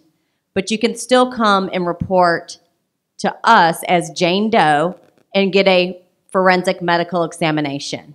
Okay, so that's the most important part of this. it, yes, was historically called a rape kit, but it's a forensic medical examination. I will keep all of that evidence for 1 year because that's how long it's good for. I will keep all of that evidence for 1 year in the event you decide you want to report later. So please remember, you don't have to report to anybody at all, but you can still get that forensic medical examination for free. You can still get that therapy. You can still get all of those services. So if the backlash is what you're worried about, because it is a reality, you know, somebody's going to find out somewhere. So, you know, still get your medical exam. Make sure you're okay. And again, if you decide later that you want us to process that kit, we'll take it on over to the GBI and we'll help you through that process. But yeah, you don't have to report to anybody, give your name, anything like that. You can just come in as Jane Doe. We'll collect all your stuff, keep it for you, and get you on the road to, you know, seeing a therapist or attending a support group, whatever you may decide to do. And I believe this is in reference to sexual assault and or rape. Is that correct? Is that answering your questions? Very good. Any more questions? Thank you. Thank you so very much, Ms. Archer. Thank you, Professor Archer. Our final panelist tonight is Captain Anita Allen. She's going to speak with us about the crime. Ms. Allen. Greetings, everyone. One of the things that we do here at Albany State, if we received a student that comes to us and say that, hey, I've been sexually assaulted, I've been raped, or whatever the case may be, our job is to respond and act on it. That person is a victim at that time, and we're trying to find out who is the suspect. If it happens at that time where they have reported it during that time, we're able to secure the scene. We're able to conduct an investigation. We're able to do all those nice little things from A to Z. However, if we have a student that may come to us 3 weeks, maybe a month or 2 months later, sometimes it's a little difficult because they're hesitant. Like she said earlier, there's a lot of things they're not going to remember. They're going to feel uncomfortable talking to us, and sometimes they may just not come to us at all. I've heard a lot of different things. I'm glad I was last. I've heard a lot of different things, and you got some great information that came through these panelists. Now, I would like to talk, because I see I have some ASU students in here. One of the things I want everybody to get over is, like she said it's a reality. But you know what? We got to break some generational curses. We got to stop talking about what they did in my grandma days, great-grandma days. We got to get over that. We have to get over that. The first thing is going back to what Mr. Marcus said back in the day, and I can say back in my day, I got a little age on me too. You know, guys used to go around touching on girls' butts, and they thought it was cute, and the girls liked it. You know, and some of the girls wanted to be touched. You can't do that now. That's sexual battery. You just can't touch somebody and get away with it and laugh. Now, that happens in the college setting, and we don't talk about it because why? Girls are going to kickbacks off campus. We're having them in the dorm rooms, or we're going to parties that we don't get to see. And everybody's hyped with the music. We crunk, we drinking the crunk juice, we doing our thing, and somebody's touched. They don't say anything. But then later on, they realize, well, you know, somebody touched me on my butt and it felt uncomfortable. And they may know who the person was, but because they're popular, they're a part of this group, they're well known on campus, they won't say anything. Well, it's okay for him to touch me on my butt. So from touching from the butt, the next time, it may go to a rape. And you still don't say anything. That doesn't give that person the right to do that. You have to speak up. It goes back when she was talking about culture, going back to the family. I think he may have said it, where the young lady was saying, well, I've tried to talk to a little boy's father. You know, he's making me feel uncomfortable. He's touching me. Well, you know what? As a parent, that parent should say, you better keep your hands off of that young lady. You can't touch this. You can't touch anybody. Keep your hands to yourself and teach them you can be charged. It's okay to tell a 5-year-old, a 6-year-old, a 7-year-old, or 8-year-old. We got to get out of that stuff and break this generational curse. If we don't break it, we're going to continue to go through the same cycle over and over again. So now you got a 5-year-old touching little girls inappropriately. Now they're 10. Now they're using their finger. Okay, now they're 13. Now they're going to try to use their penis. Let's use real words. Now they're going to use the penis. Okay? And then if we allow them to the social media and watching all this stuff on TV, they're going to try other things at the age of 15, 16, 17. Now they're 20 and 30 years old, and they've been messing with somebody in the family for a long time, or they've messed with somebody at school, and we have no idea because, you know why? We won't address it. We have to address it too. It's not fair to anyone to feel violated. But we have to address it. We got to say something. And if we don't say anything, then we'll continue to have this problem. And that's when they see the police. And we're trying to figure out why. And it goes all the way back to the age of 5, 6, 7, or 8. We have to address it. So we have to do better on that end. Now, to my college students, I know you guys are here to have a good time. That's great. But like she said earlier, the young lady with the hat on, be team players. When you're going somewhere, go together. Look after one another. Don't leave somebody behind. Take them with you. Whether they want to go or not. Okay, well, you shouldn't have been there. That's fine. But that doesn't make an excuse. Get that person and let's go. If something does happen to you and you're off campus and you're at a kickback and you know there's alcohol and drugs, don't use the excuse to say, I don't want to say anything. Go ahead and say it. Let's get the courage and say it. We need to know. We want to help you, but we can't help you when you don't report it. We want you to report it.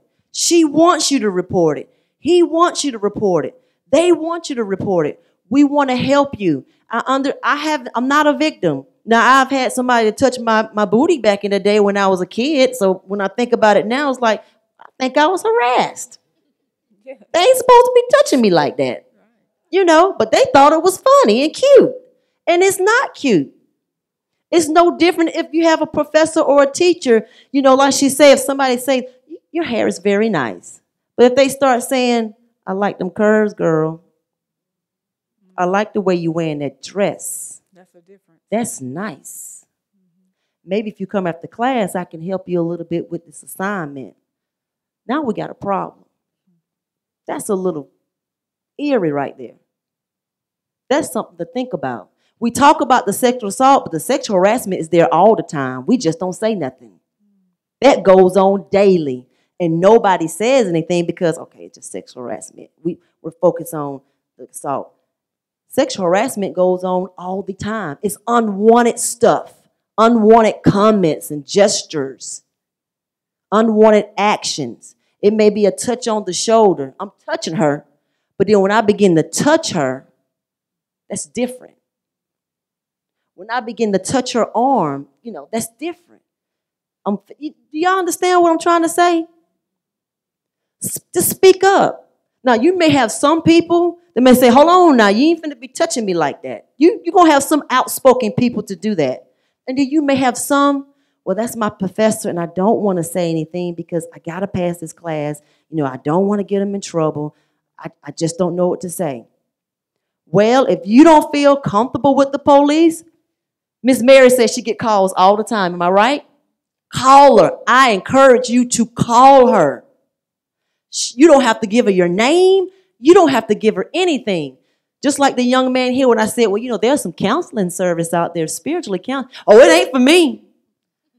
But it's okay to know the knowledge so you can help somebody. See, we got to get out of that. He automatically said, they ain't for me. They ain't for me. But it's to help somebody. That's why we have to get out of that. And it could be you tomorrow. Absolutely. It could be my daughter or my son. And we have to talk to our children. I talk to mine. Boy, you better keep your hands to yourself. You 6'9". You can't afford to be walking around nobody, looking at nobody. My daughter is a buck and maybe 10 cents. Tell me what's going on. Let me know. Even if somebody's talking about you and it's uncomfortable, if they said something to you, touching up the shoulder, said something out the way, let me know. But we have to do something as well. We shouldn't have people feeling uncomfortable and afraid to come out, which they are. I understand that. But we have to break this cycle. We gotta change it. We can change it today, tonight. We can go out and encourage our brothers and sisters to say, hey, bro, you know what? The law done changed. Time has changed. We got to stop doing this. You can't be touching on these girls like that. You can't be talking to them like that. Motivate the other person. Talk to your girlfriends. Hey, you know what? We're going to go to this kickback together. Knowing y'all might not supposed to be there and alcohol and stuff going on because you're going off campus, but we're going to go and we're coming back together. And if something happens, if a friend knows that something happens, and they tell you, but then they say, I don't want you to tell. I encourage you, if you don't want to come to the police, I'm going to point down this way again. Call. Say, hey, my friend told me XYZ, this happened. She didn't want me to tell anybody, but I'm just concerned. What do I need to do? I want to let you know it happened on this date at this time. I can't give you her name, just in case she calls in, or just in case they're looking for a suspect that done raped 3 or 4 other people, and it may be the same description. Now we got a case. Now we got somebody we can look for, and we can talk to them, and who's to say that same person may not be the one that assaulted the person that called about their friend. Does that make sense? So those are the things that we need to do. The non-reporting is a problem. Men, yes. Now I'm gonna flip the script a little bit. Now we do have men, college students. Females have become very aggressive over I don't know what's going on or what's in the water, but they're aggressive. Y'all like to harass men too. Touch it on the butt, the thigh, and the other private part, and thinking it's cute. And then you want to get on social media, Snapchat. They forget and they just show it. And then when they do that, if I'm mad at my sister right here because we was in the same clique and now we ain't talking no more because you talking to my dude, but I remember when you showed me these pictures of what y'all did 2 years ago, or no, better yet, 3 months ago, and I'm mad, now I'm finna put you on social media and show the video to everybody. You know you can be charged for that, right? And you put it all out there, and then when you realize that somebody else saw it, you deactivate the page. You deactivate your Snapchat, your Instagram. Somebody done already got it. Now, you talking about harassment, embarrassment, putting somebody out there to pull them down. Social media is tearing up people's reputation. It's tearing up their lives. It's causing people to be depressed and want to commit suicide. It's real, y'all. Social media is real. And I see more and more of the college students using that to get back at other people. And it's not right. So when the right people catch it, we're going to use the appropriate charge, and you're going to be charged with it. You can't do it. So if someone was, it goes back to your question, the young lady right here, I think she has on the burgundy.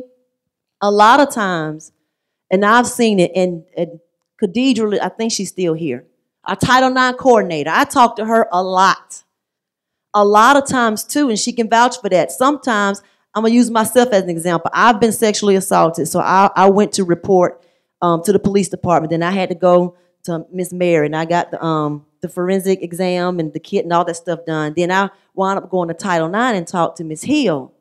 Well, she's talking to me, but they're also talking to the suspect. So now that suspect may be mad, and he's going or she's going around telling all of their friends they lying on me, and I'm finna get kicked out of school, whatever the case may be. And sometimes it'll get out that way. And like she say, it's real. That's the nature of the beast. Is it fair? No, it's not. But sometimes it's leaked that way because of the other person. They're putting it out. But that I don't want that to discourage anybody from coming forth. and speaking about it and talking about it. The police department here is here to help you in any way we can. We try to provide resources. We have counselors on campus. You know, if we have a student that comes and tell us they've been sexually assaulted, whatever the case may be, come and talk to us. We're going to do our part as police officers, and we're going to also give you the resources that you need. A lot of times, too, things will happen off campus and we don't know about it and they don't report it. Sometimes we may never know about it. They don't report it. So if you know the information that you have tonight, where you know you can report, if you don't want to come to me or you don't want to go to law enforcement, now you have another outlet where you can go somewhere and call and don't even have to give your information. Do it. Take this back to somebody. How many people knew that you can call and not have to give your name or your information and didn't have to come to the police department? How many people knew that? How many people did not know it? It's a lot of people in here. Now you know. Go out and tell somebody. Let somebody know. Does anybody have any questions for me? We need to get a microphone, please.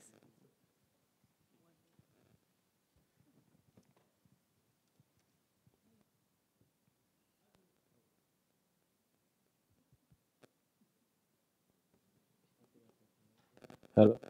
Yeah, like you saying, like, you know, if we hear something, we should report it, or if it happened, we should report it. But what's the next step after it's reported?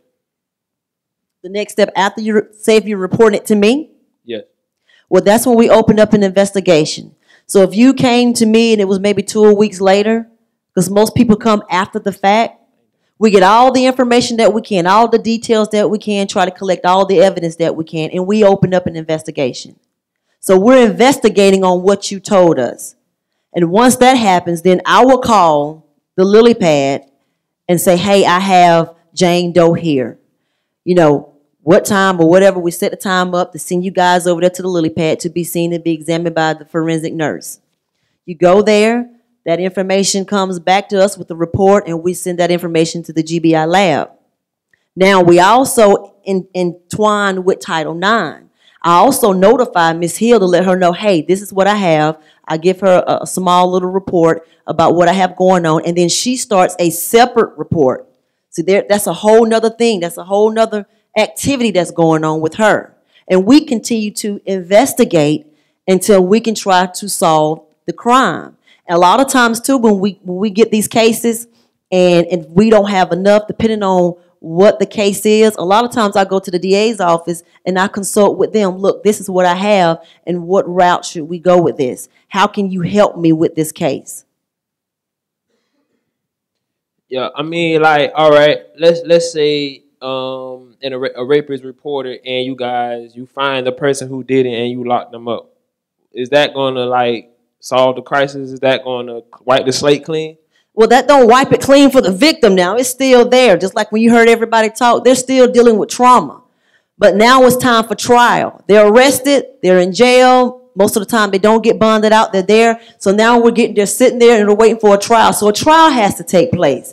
Now that's a whole nother thing, because why? The victim has to go back and face that person all over again and talk about the incident all over again. So it doesn't wipe it clean for either side. If the person is found guilty, then whatever the judge sentences them to, they go to prison. So after they go to prison, and after I guess the rapist goes to prison, what is left for the victim to do? Seek counseling. Yeah, seek counseling, get the resources. I think you guys, resources, counseling, get all the help that they can to be able to deal with it, because it's a trauma. They got to find a way to cope with it. Let me add, I don't know if you might have been trying to get a little bit more information on the perpetrator.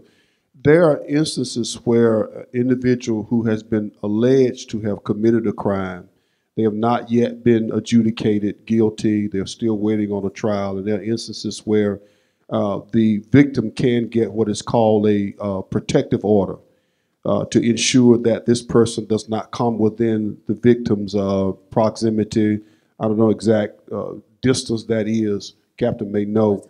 And so to some extent, it protects the victim from additional assault by restricting this alleged victim from having access to them. So the order particularly indicates, what they can do and cannot do when they're close to that victim. And that provides some sense of security in the meantime for the alleged victim. That TPO is a temporary protection order. That's something that the judge would sign. All right, like what the girl was saying earlier about how when she was like 5 years old or whatever, she told on the boy's dad or whatever. Let's say a rape goes on in like a middle school or something. Is locking up that kid going to solve the crisis? That kid needs some help. No, locking up doesn't ever solve anything. I don't care if they're a kid or an adult. Something is wrong. They need some help. They need some counseling as well. But we have to be able to react.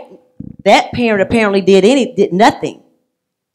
Something should have been done instead of a pat on the back and saying, "Whoo, that was great."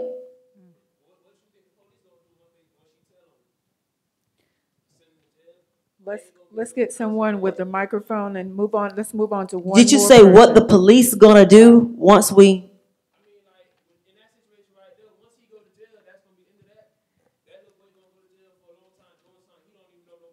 If he's found guilty, it depends on the situation, but there is counseling. There's a lot of things that goes with that when it comes down to juvenile. You're dealing with a whole different ball game then. Now you're talking about juvenile court. Now you're talking about going into, they deal with the mental health, trying to find out there's some issues there. You got counseling, trying to find out what is the issue that's causing this child to do what he or she is doing. So something has to be done to cause this child to do this. So resources for that child too, they may need counseling. They may have been sexually assaulted or abused as a child themselves to cause them to act out on this particular child.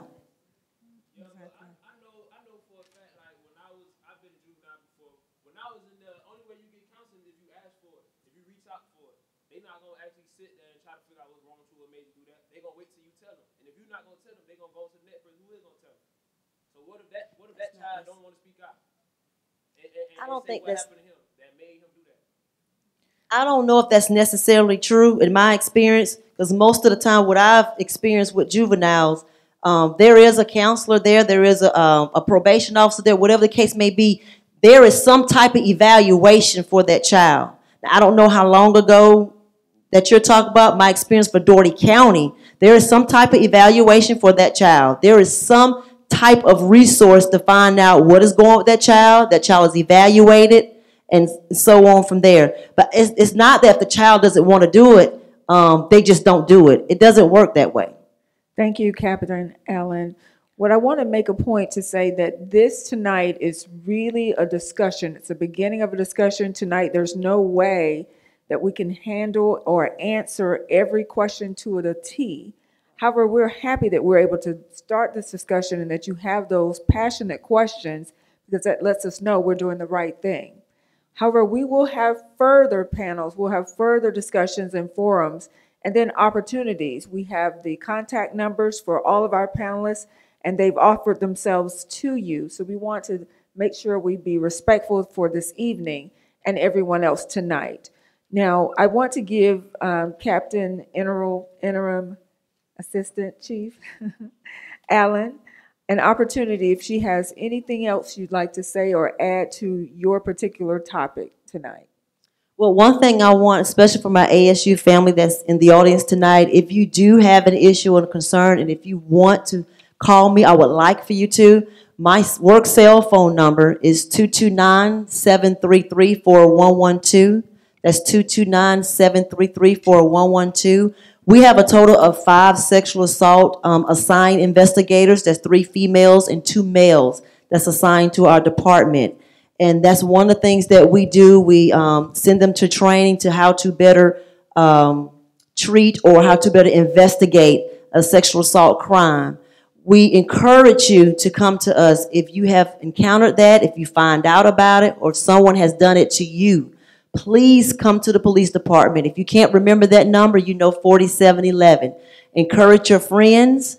If they tell you, encourage them to tell somebody, because when they do, at least we can get that information and we can at least show them that we do care, and they can get some type of help. We can give them some type of resources to help them to at least better deal with it. No, I'm not a counselor, but I can be there as support to help them through the situation.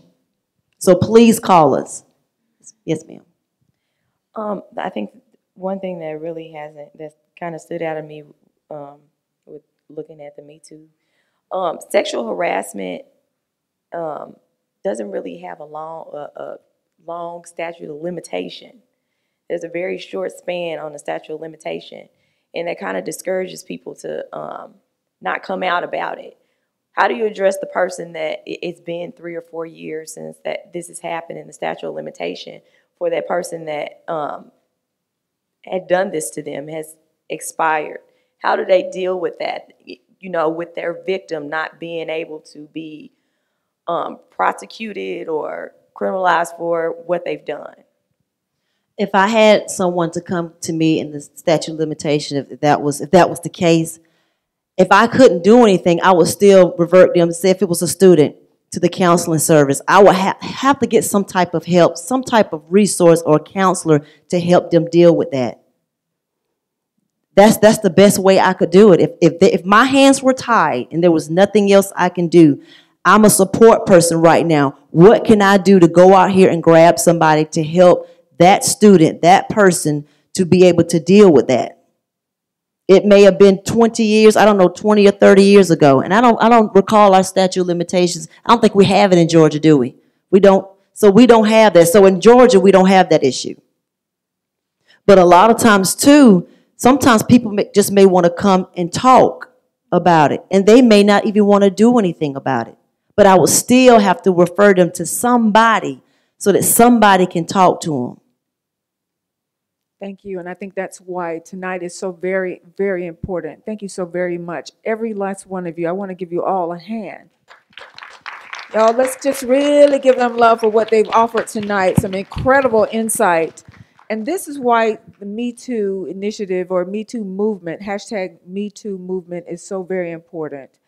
As the founder of the Me Too movement originally stated, she wanted to provide empowerment with empathy.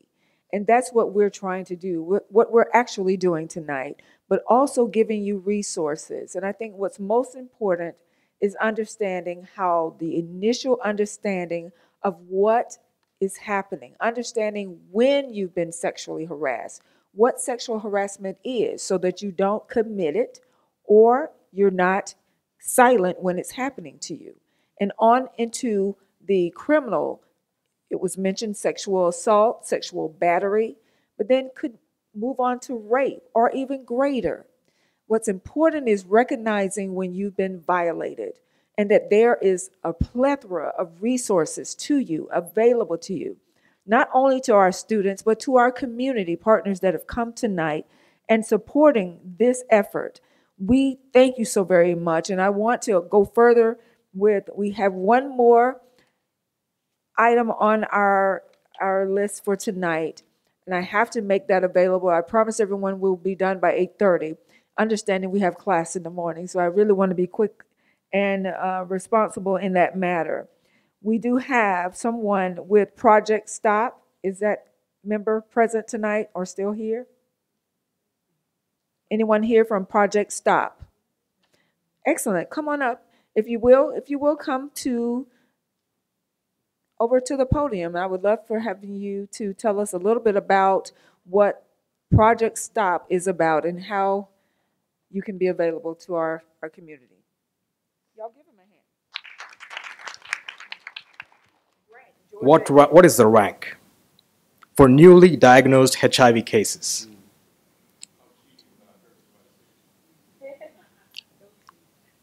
It's 2 for syphilis But for newly HIV cases, it's number 5. Georgia is number 5 in the country. So I want to add this aspect to the already all the panelists were talking about is don't internalize things. Talk with someone if you're going through something. Don't be quiet, because the more you're quiet, the more you bottle things up, the more the problem is going to grow. The quieter you are, the more it's going to grow.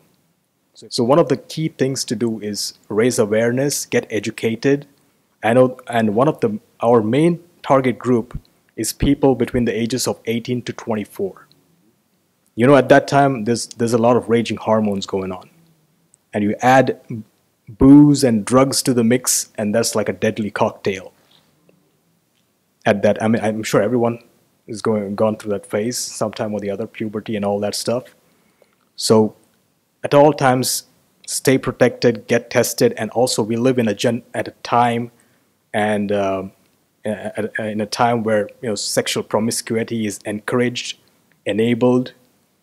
When you and this is for all those people who are educated, who have listened to all of this information.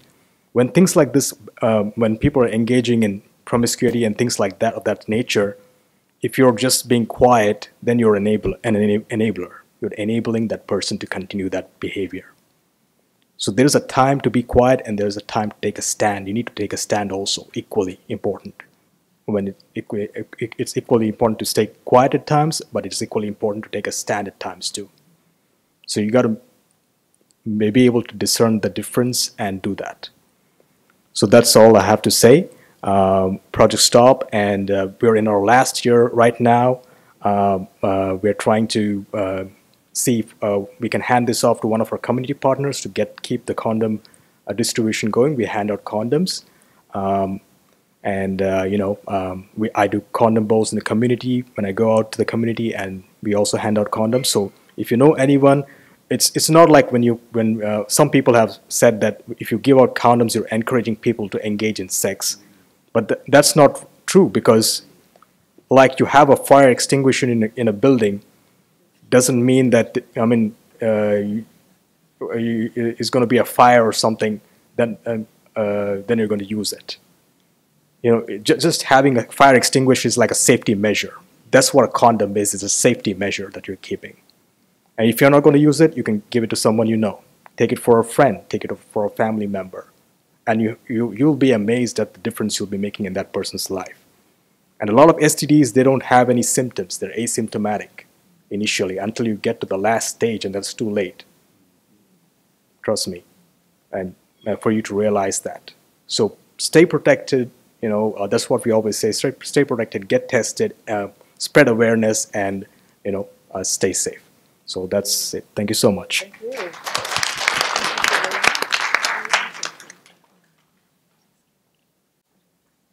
Thank you. Thank you so very much. Well, next, finally, we will have our advisor, and I want to ask all of our members, club members, history and political science club members, if you will come to the side of the stage, along with Dr. McDermott as he makes his closing remarks.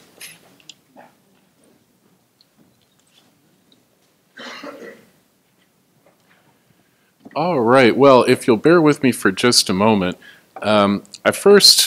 before we do anything else, I really want to reinforce what Professor Archer said, that we have safe places and safe people here at the university to talk to.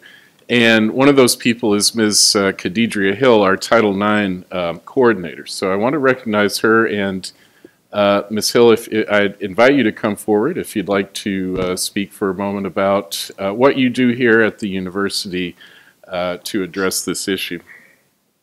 Good evening again, everyone. I'm going to be very, very brief because Title IX is a very broad subject. But I did want to reiterate the fact that we do have reporting options here on campus for our students. And it doesn't just refer to instances that happen on campus, but if you're off campus and something happens to you, then because you're our students, we have an obligation as a university to make sure that you have the resources and to make sure that you receive the proper investigation. For those who may not be familiar with Title IX is is the office that investigates anything that has to do with sexual assault, sexual discrimination, sexual harassment, dating violence, domestic violence, and stalking. Anything that happens along those lines, it comes through the Office of Title IX.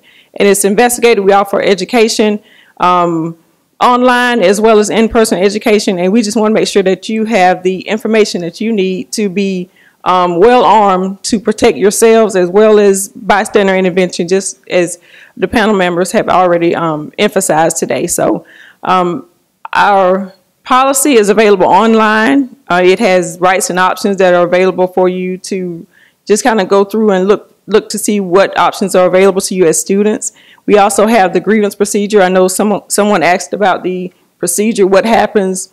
It has a step-by-step guideline as to what we do when we receive an instance or an incident report from the police department or from an anonymous source or from a confidential employee. So just take a few minutes to go out there and look up under Title IX. It's available on the ASU website. And it has a lot of information out there as to what we offer as a university and what we're required to do as a university. Does anybody have any burning questions that they want to ask about the process at all? I know, like I said, Title IX is a very broad subject, but I did want to just make sure you knew that the resources and the information is available online, and we're required as a university to provide that for you. Well, if there are no questions, thank you for your attention.